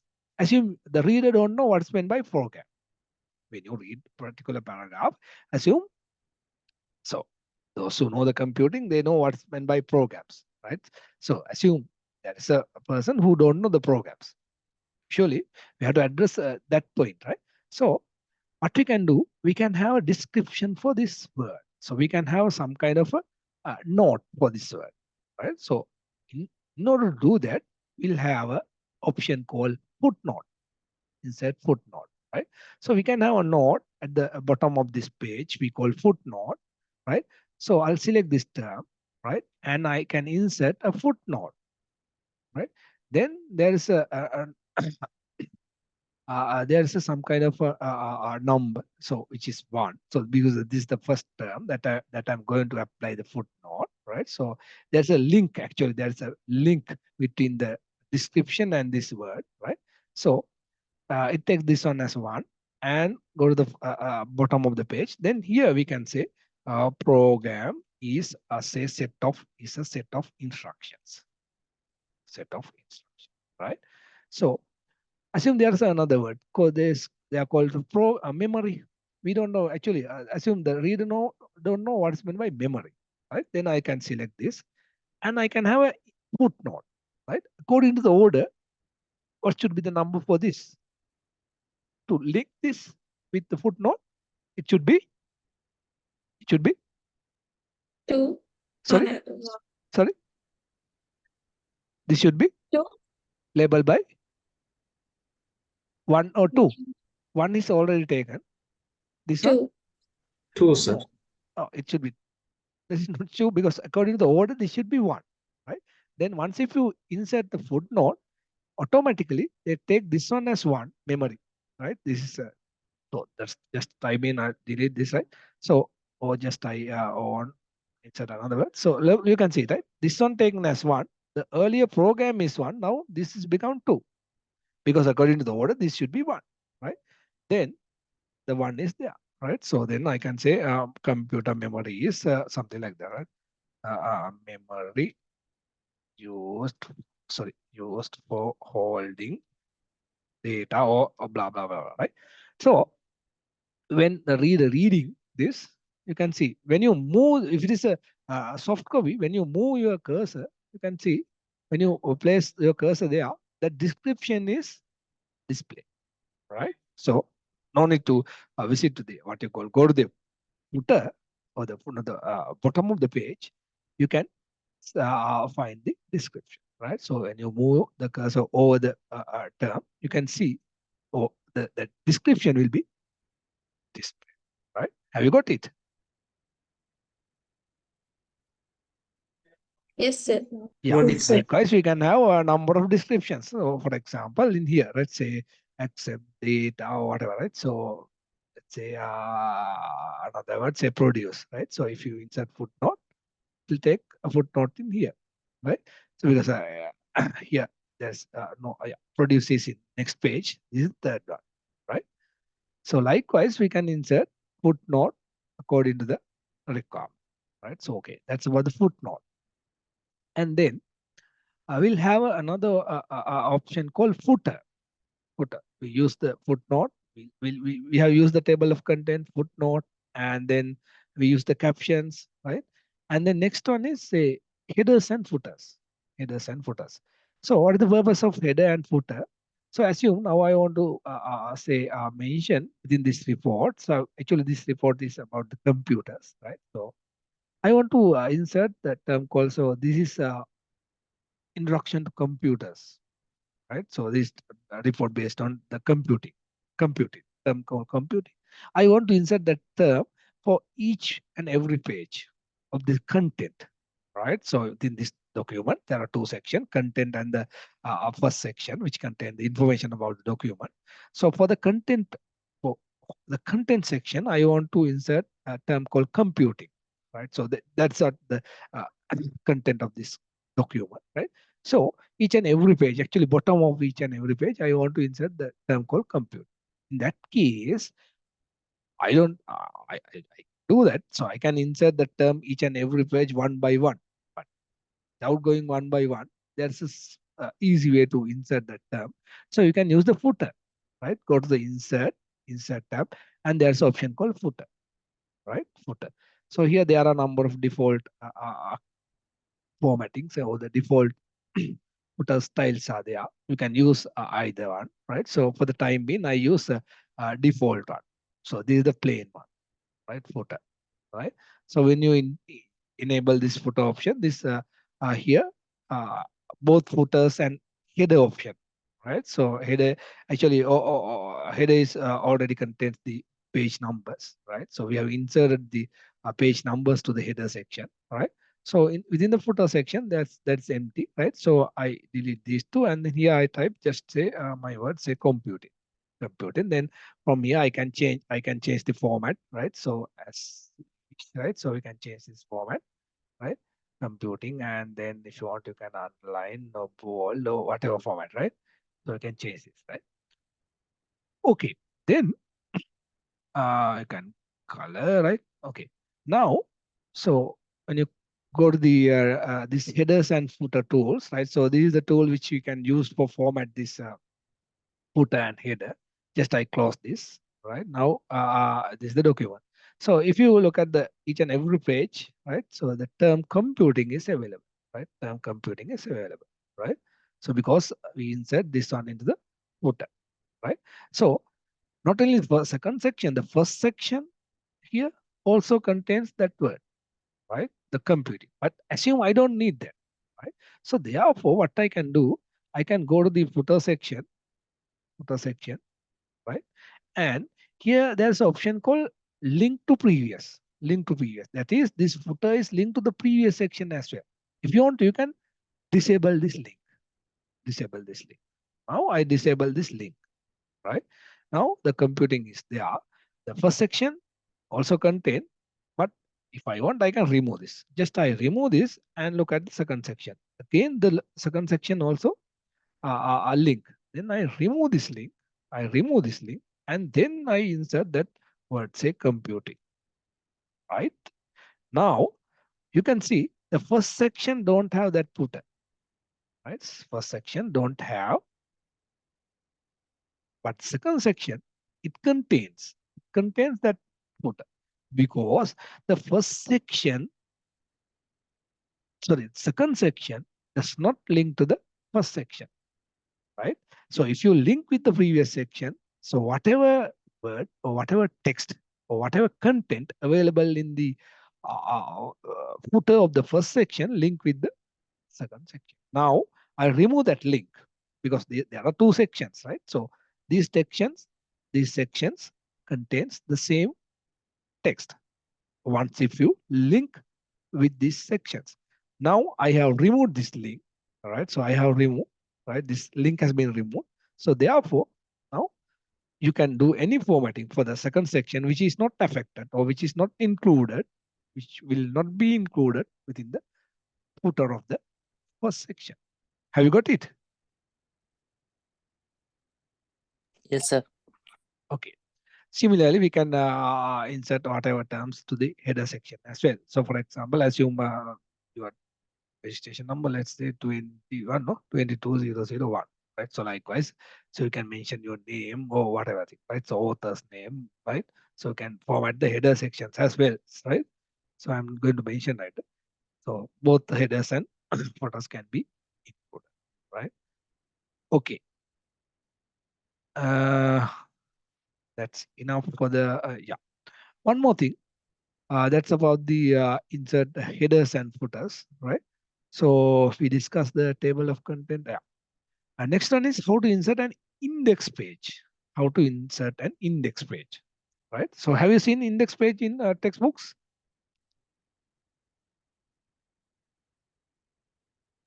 Yes, sir. Yeah. What is the content of index page? So what is the purpose of index page? Yes. Why do you use index page? What is the purpose of index page? Yes. It doesn't matter, right? It's free to discuss, right? Yes. As you know, what is the purpose of index page? Yes. Someone? Why do you use the index page? To find a section of the book, Find the to find a part that you want. yeah. So there are a number of say technical terms, right? So if I want to find, if I want to search where that term is available, for example, assume there's a word called program, right? So I want to find in which section contains that word called program, right? In which section that contains the word called program, right? So in order to do that, I can use index page. Right? So let's see how can we use the index page, right? So in order to use the index page, we will have to have some kind of a technical term. So we will have idea about what we are going to insert for the index page, right? So in order to do that, so first of all, we have to mark the terms that you need or that you want to insert to the index page, right? So I'll take several words from this content, right?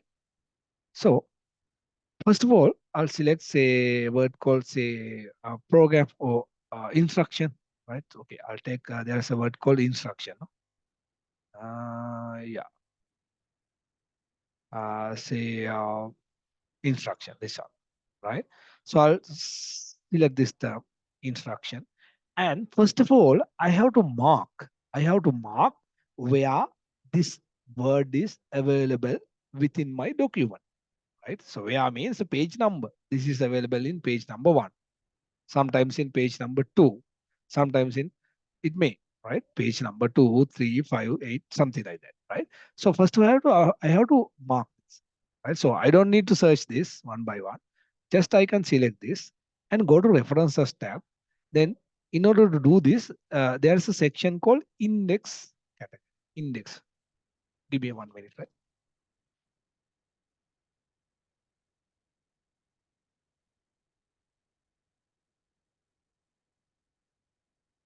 Okay. So I'll select this word and go to the index category. Index category. So there is an option called mark entry. Mark entry. So I'll click on this mark entry. Then you will have mark index entry window. Mark index entry window. So here we can have the selected term instruction, right? And here there are two options, mark and mark all. Mark all means we can mark these terms throughout the document or within the entire document, right? So I'll select, I click on mark all, right? It should be insert a reference for instruction, the word called instructions, where it is available, right? So not only this within this place, right? So whatever place are here also that word, right? Instruction. Here also there, right? So here we have the word called instruction. Then they keep application takes some reference. This is called some reference, right? So here the second page. Second page also contains that word. Then they keep some reference. Right? Actually, we don't need this, right? Even reader don't need this, right? But they keep some reference. It's for their parts, right? So in order to mark where this word is available, page number 2 or 3 or 5, right? So first word is okay, instruction. Then I'll take another word, right? It doesn't matter. You can take any word, right? So I'll take word called say digital. I'll select the word called digital. Again, I go to the mark entry and mark all in order to mark throughout the document, right? Digital. They keep reference, right? Not only here, here also they keep reference, right? Then I'll take another word. So let's see, data converting. I'll take another word called say information. Information. I'll select this one and mark all. To mark throughout the document. Yeah, keep some reference, right? So I have marked 3 words, right? So let's say the transistor. I'll select the transistor and go to mark entry, mark all in order to mark throughout the document, right? Then I go to the next page, right? Say software. I'll select the term called software, go to the mark entry and mark all, right? Software, right? So likewise, I can mark number of words, right? Doesn't matter, right? So depends, right? And here software is marked, information is marked, right? So likewise, I can mark throughout the document, right? Okay. Now I go to the, actually, we don't need this reference, right? We don't need this reference. So we can hide this, go to home. And this is the option that we used earlier to find where we use the enter key. Then just I hide this. You can see now that reference is not seen for the user, right? So if you want, you can enable this. So if you want, you can disable or disable, right? So I just disable, right? Then I go to the last page. Then I insert an empty page, right? So this is the last page, page number 16. Then I insert an empty page.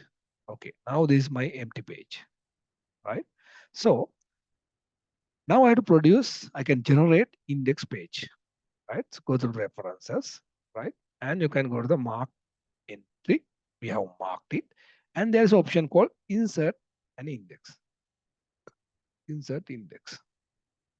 Yeah, insert index. So we can use this insert index option in order to generate index page. again, there are a number of styles, right? So we have fancy, modern, right? So whatever style is selected, so we can change this, we can customize this style, right? And we can apply this, right? Now you can say the index page has been generated, right? So this is how we can insert an index page, right? Okay, have you got it? Did you understand? Yes. Yes, sir. Is it okay? What about others? Yes, sir. Okay. Sir. Actually, you can. Sorry, is it okay? I think one student asked question. No question. Do you have any question?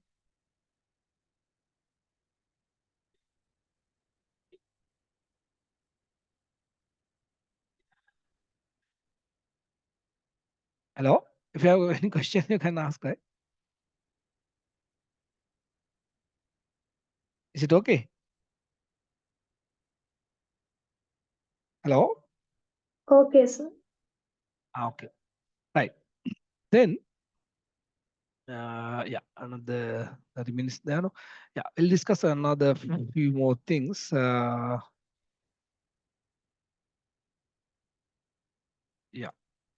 So, think we have time to discuss some general formatting, right? So that's about the document processing, right? So now just describe, yeah, few more things. So when you format this paragraph, we'll have several options to format this. You know how to align this, right? And for example, if you want to insert, if you want to drop this first letter, so sometimes we may you want to drop this first letter into several lines, right? So we can select the entire paragraph and go to insert, and here there's option called drop cap, drop cap. So by using this dropped option, we can drop the first letter of the paragraph into number of lines. By default, it's dropped into the 3 lines. So if you want, you can drop into number of lines. So we can drop into 2 lines or 3 lines, right? So we can select say dropped, and from here we can set say number of lines as 2. Likewise, we can drop it, and then here in dropped option we can change this distance from the text to the paragraph, like 0.3, something like that, right? So, and there's another dropped option called in margin. In this case, the first letter is dropped within the margin, not in the within the content, right? So in the margin, so this content. So likewise, we can use the drop cap option, and we'll have another formatting called say paragraph alignments. So we can indent this paragraph, right? So we can indent this paragraph. Alignments is okay, not justified. So we can indent this paragraph. So right now the margin is say 1.3, right? So there is no space between the margin and the paragraph. So we can keep some space, right? So you can go to the paragraph formatting. I click on this arrow, right? So from here we can have some keep indentation. So indent, say 0.5 indent. Now we can see. So this is the margin. This is the place where a paragraph will start, right? So there is one particular thing. And the next one is, so for the time being, just I keep say 0 indent, right? 0 indent. And if you have another special indentation, right? So here there's an option called special, right? So we can indent only the first sentence of the paragraph by say default 0.5 inch. Now only the first line has been indented, right? So we can indent some special indent called hanging. Hanging, you know, hang means, so here, so the except the first line, so all the other lines are hang this first line, right? Which means the except the first line, all the other lines are uh, indent by 0.5, 0.5, right? So I apply this. So this is the view. So you can see, right? Earlier, only the first line indent by 0.5 inch. Right now, except the first line, all the other rest of the lines of the paragraph are indented by 0.5 inch, right? So that is called hanging indent, hanging indent, right? So that's about the paragraph formatting. You know how to align this default left align, center align, and then right align. And usually we keep this on as justify the line. We discuss the line spacing and the paragraph format, right? Okay. Then the next one is how to use tabs, right? So how to use tabs, right? So for example, when you use the tabs, uh, just say, yeah, in here, right? So assume when you use the tabs, I insert tabs for the same document, right? So when you insert the tabs, we can customize the tab and customize. So by default, the tab space is 0.5. So for example, if you are here, so just I put title like say name, and then when you press the tab key, right, please stop in nearest 0.5 location, right? So here, this is the 0.5 location. So now I'm in here, right? Nearest 0.5 location is right. So this is the first tab, right? Say let's say the name and say faculty of just say degree program, degree program. Now I'm in here. Then when I press the tab key, it will be stopped at inch 1. That is the nearest location to this word. So we can customize this tab stop position.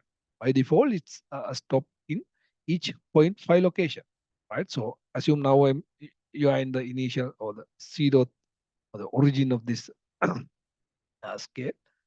Then when you press the tab key, it will be stopped in 0.5. Then 1 inch, 1.5. Likewise, default tab stop position is 0.5. So you can change this tab stop position. You can change this default tab stop position, right? So how can you change it?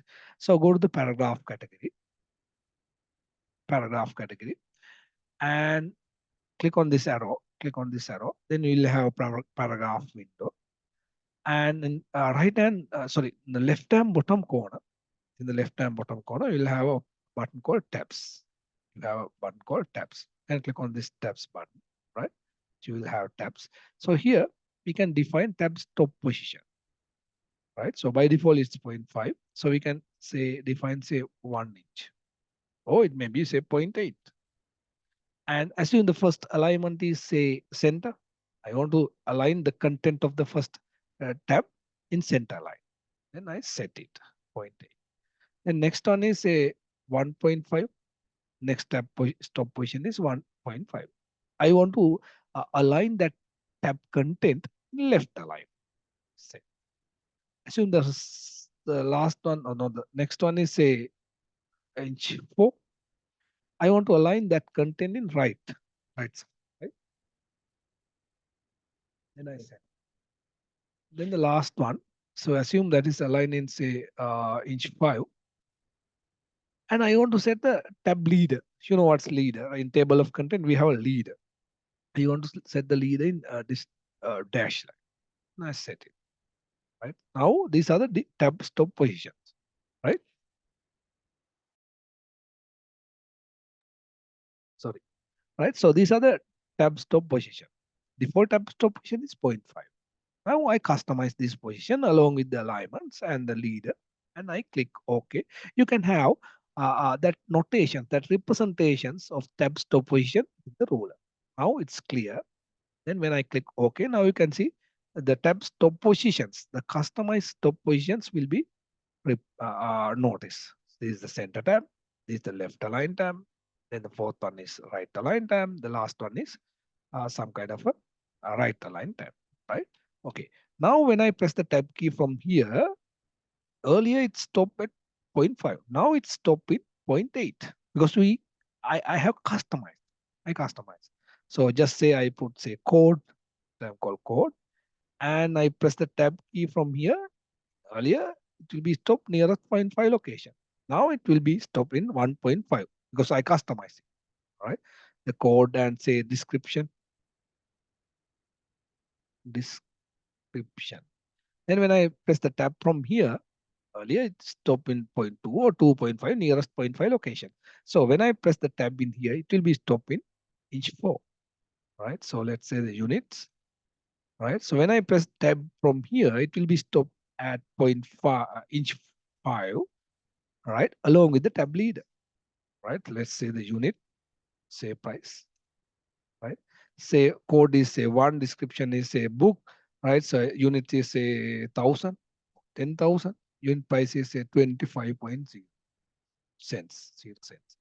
The next one is a code is one, note one, book is a file description, less the content is say 2,500, and then let's say file, how much? Let's say 50 rupees, right? Next code is say one note one, let's say the say box file, right? So we'll have units is say 200, so box file is say 250, say, right? Say next one is say code, and let's say eraser, right? So let's say 50, 50, and let's say 50, right? Likewise, we can customize. So after inserting this, what you call elements or the data, we can customize this tab stop position. Likewise, we can drag here and there. Let's say this it should be 3.5 around that. Have you got it? Yes, sir. Yes, sir. Yes, sir. Okay, so that is also there. And then when you insert, one student asked question about this table headers, right? So heading, table heading, right? So this is called actual table heading. So when you insert the table like this, assume, so this is in a one particular page, right? So when you grow up, right? So sometimes you have to fill this table within, it will be spread, right? So in the number of pages, number of pages now, which is in next page as well, right? So it will be spread into say page 3 pages, like say like this, right? So now it is in 3 pages, right? So but what about this table header? This is the header. Header is not repeated. You can see it, right? So when you fill here, so this is the registration number.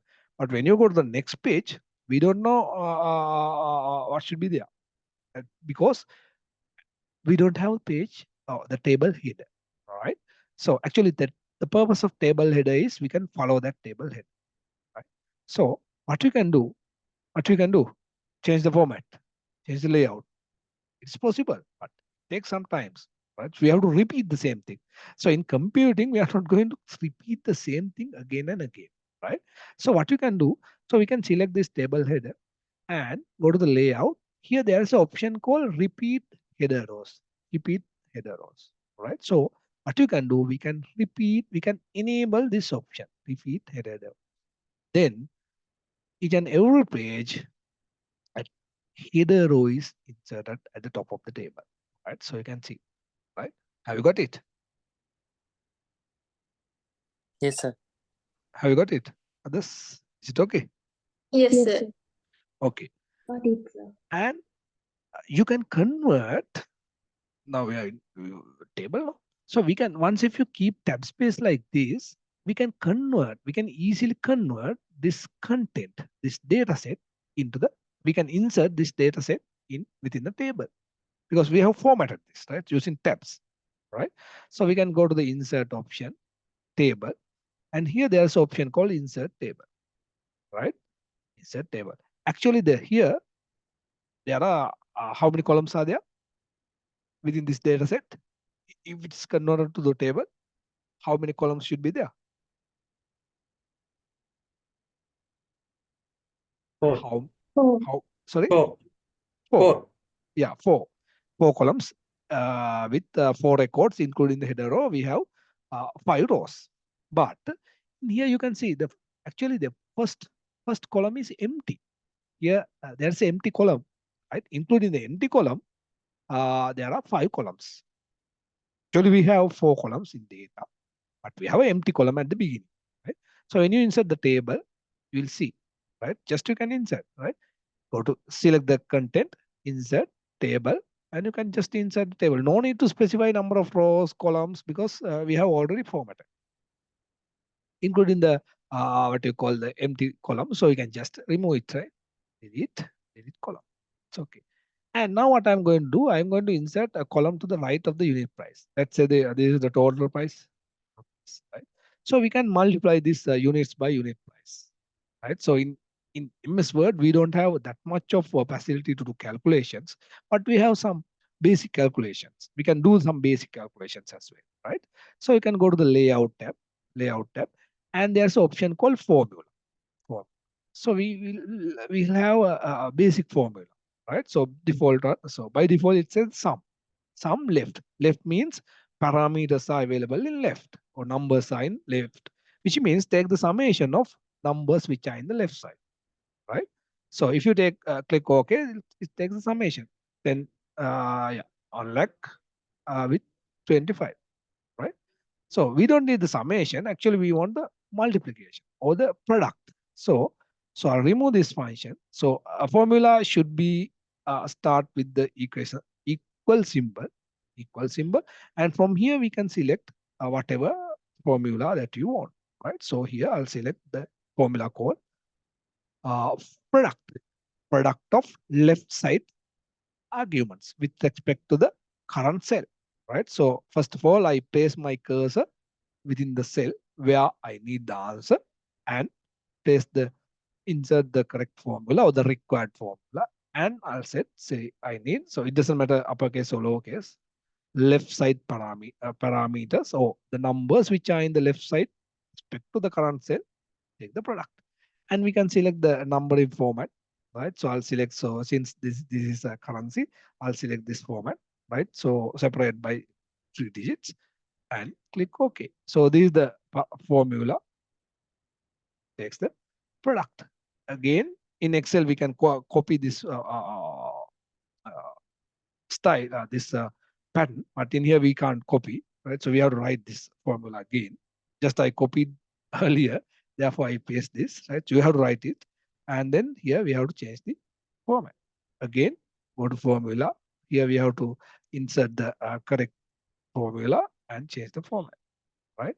So again, if you want, you can just remove this, and then from here we can insert the formula, say product, and here type the left, and here number format, right? And I insert another row below this table, below the last row. Just there is a shortcut. You can place your cursor there and press enter. And I merge these 3 cells, merge, and let's say total, or let's say not the total, no? Yeah, total value of the invoice or something like that. Then we can have a total of these values, right? So we can go to the formula and sum above. It's okay, right? So take the summation of above numbers like this, right? So again, you can, if you want, you can align to the right side, right?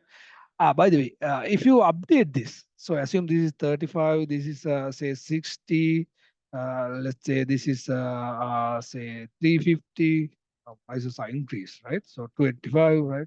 That's the usual thing, no? Right? So now this is wrong.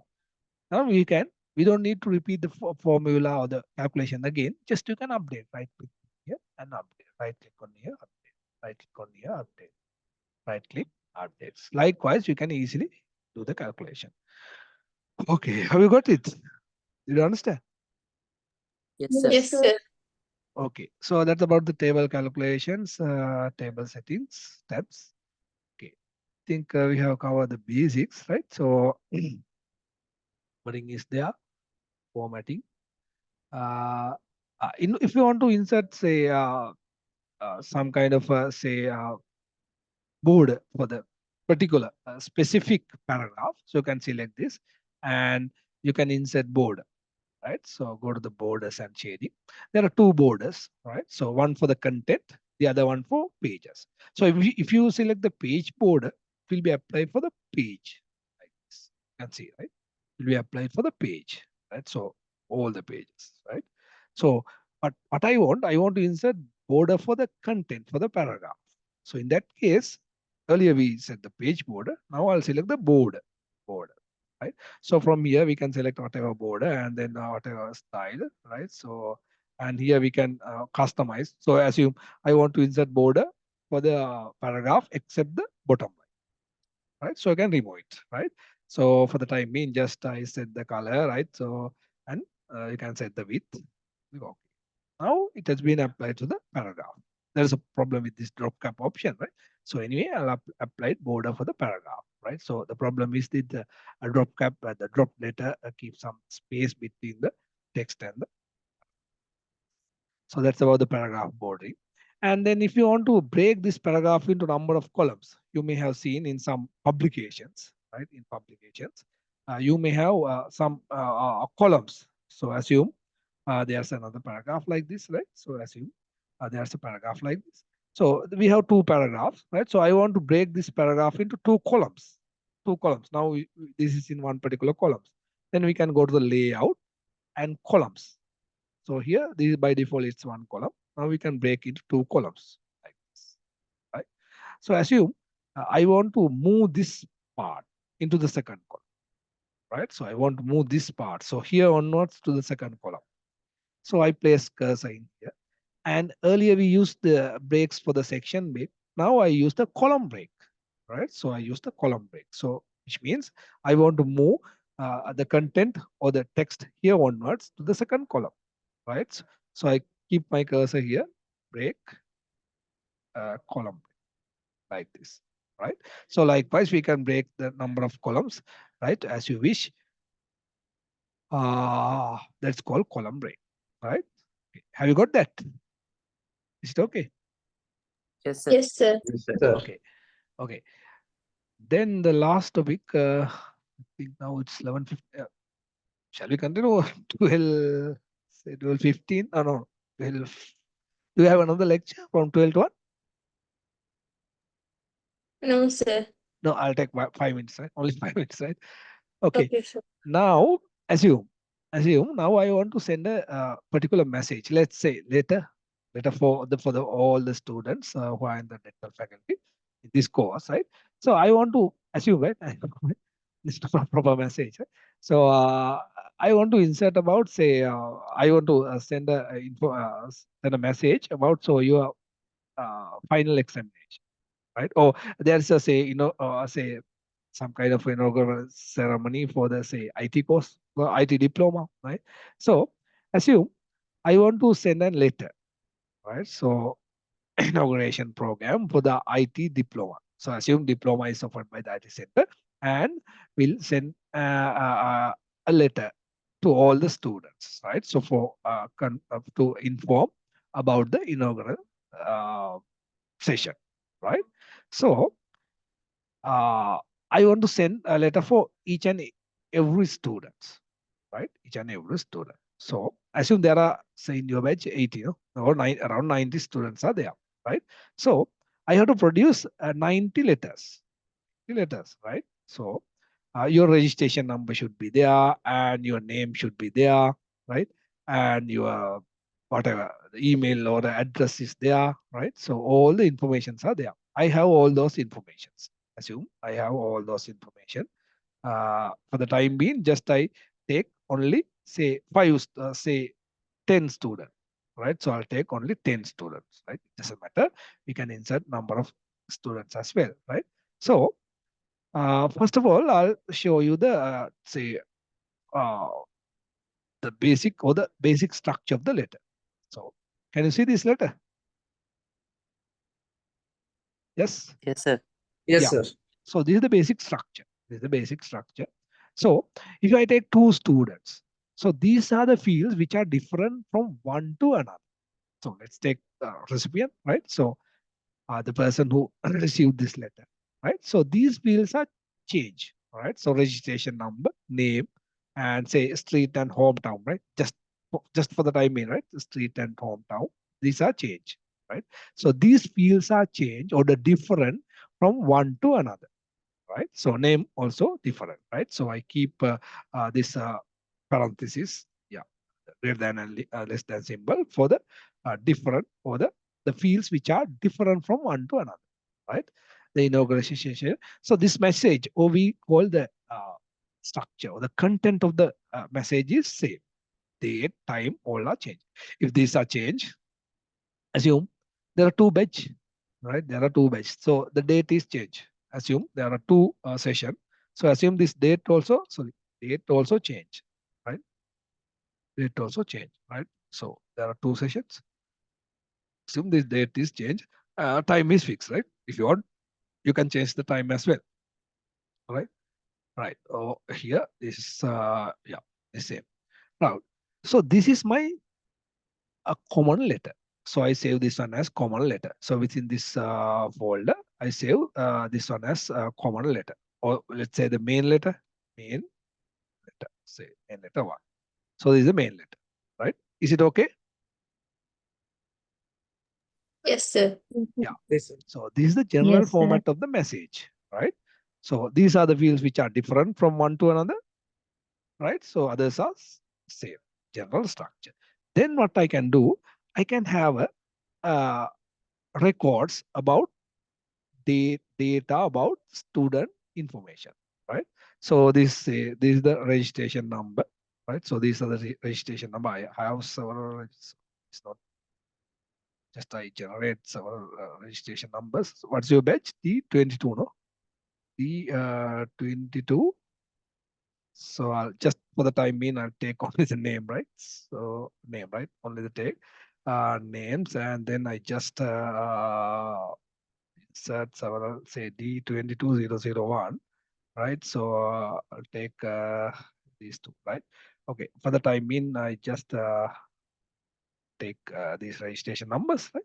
So, okay, now assume I have only 10 students, right? 10 students. So I prepare a document which contains information about 10 students, right? So now assume this is the registration number, registration number, and this is the student name.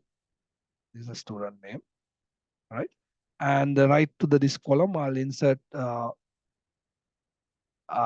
information about, say, for the time being, just I insert the hometown, right? Say hometown, right? Just say Candy, right? So actually, I prepare this kind of data set, say like this, right? Say goal, right? So this is the data set which I want to send letter, right? All right, and then what else? The date, right? Say date. Say for the timing, just wait 20-second. Say March. Say 2024, right? Yeah. So this is the first batch. Assume this is the second batch, right? 23rd, right? Okay. Now this is the data set, right? So I save this one as a data set, right? So this is the data set. So I save, say, data source. So these are the data source, say data source about student. Okay. Now this is my data source. This is my main letter, right? So for the timing, just I remove this street type. I set only the hometown, right? So now what I'm going to do, I want to produce letter for each and every student. So there are 10 students, right? So I want to produce 10 letters, right? Including the relevant registration number, name, and hometown, right? So here the name should be, well, like this, relevant to this, and the date should be according to the schedule, right? So there are two dates, right? So first of all, what we have to do, we have to link our data source. Data source means that that the document which contain this table, that is the data source, right? So we have to link that data source with our main letter, right? Just for the time being, I close this. That's okay. Now this is my main letter. First of all, I have to link this letter with my data source. How can we link it? So there's a type called mailing. So actually this is called mail merge, right? So we merge data or the records with the general structure. So here we are going to generate letters. So therefore I'll select letters, right? And from here, we have to select the recipient list, right? In my case, I have already inserted the recipient list, right? So therefore I go to the existing list. If you want, you can type the list in here as well. So I have already inserted that recipient list. So therefore I use existing list, right? Use an existing list, right? So then we have to link it. So I have saved within the dental folder. So my document is data source student, right? So you can see that. So now these icons are disabled. These are disabled. We can't use it. So when I select this data student, data source of students. So once if I link this, now you can see these icons are enabled. Have you noticed that? Is it okay? Now these icons are enabled, right? So we can insert the whatever field that you want to insert into the letter, right? So this is a general letter, right? So here we can merge the fields that you wish, right? Okay, I delete this references. So actually earlier we put this one for the reference, right? So here we can merge. Go to insert. First of all, registration number, and then we can insert name of the student. Then we can insert hometown. For the time being, I insert only hometown. Then the greeting date, dear student, that is student name, right? Here on date, insert date, right? Okay. Now this is the general structure. Still we have only one document, right? So we have to produce letter for each and every student. Here there are 10 students. So this is the main letter. How can we produce this? So before produce this letter, we can preview. We can have a preview. We'll have a preview, right? So preview means we can see, we can check whether how it's produced, right? So we can go to the preview results. You can see this is the letter which is this is letter with relevant to the first record, right? So you can see that, right? So here name is there, registration number is there, hometown is there. Even if you want, you can have a say a straight line, all those things within the address, right? Hometown and the date 22. So if you navigate to the next record, you can see this is the letter relevant to the second record, right? This is the letter for the third record. Likewise, so these letters, right? So you can see the date is changed from the fifth record, right? Okay, have you got it? Yes, Yes. sir. Yes, sir. Now I disable the preview results. Still we have only one letter. Then we can generate letters for each student by using this edit individual document, edit individual document option, right? So we can produce letters for all the students. Select all and click OK, right? So when I click OK, you can see it will produce letters for all the students, right? Have you got it? Yes, sir. Is it okay? Yes. Okay, so likewise, we can generate letters for each and every students. Okay, I think it's enough, no? So I'll save this. Say letters. Okay. Okay, I'll upload these exercises to your LMS so that you can practice. By the way, did you understand these things? I quickly demonstrate these things, right? Because we have only 3 hours, right? Is it okay? Have you got Yes, sir, we Yes, sir. understand. something new? Yes, sir. Yes, sir. Did you understand? Have you got any new techniques or other things related to the word processing? Yeah, we got so many new things. Oh, the thing is, you have to practice this, right? You have to practice. I'll upload this. I think I have already uploaded one worksheet. So, did you check the material page of the ICT course? The LMS Not yet, sir. course? Not yet. Okay. Have you got the access for the LMS? Yes, sir. Okay. Yes, sir. I'll upload, I think I have upload one exercise. So I'll upload this sample document and the instruction for the formatting. Then so that easily you can practice these things. I don't know about your attendance. Please send your registration number and name for the chat box, right? Sir, can we have have the recording of this meeting? Yes, I have Or- recorded. I'll ask from the faculty e-learning unit, how can we share with you? Usually we upload the YouTube and then put the that URL to the LMS, right?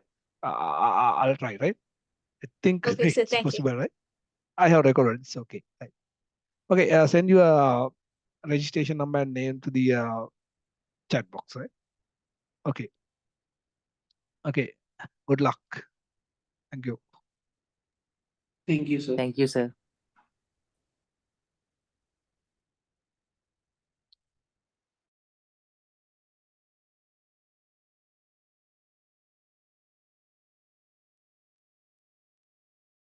Thank you, sir.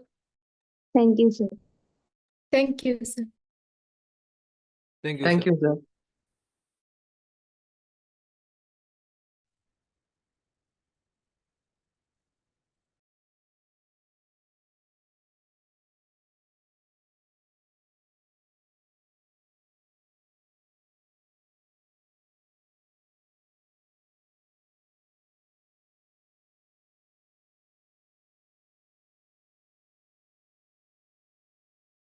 Thank you, sir.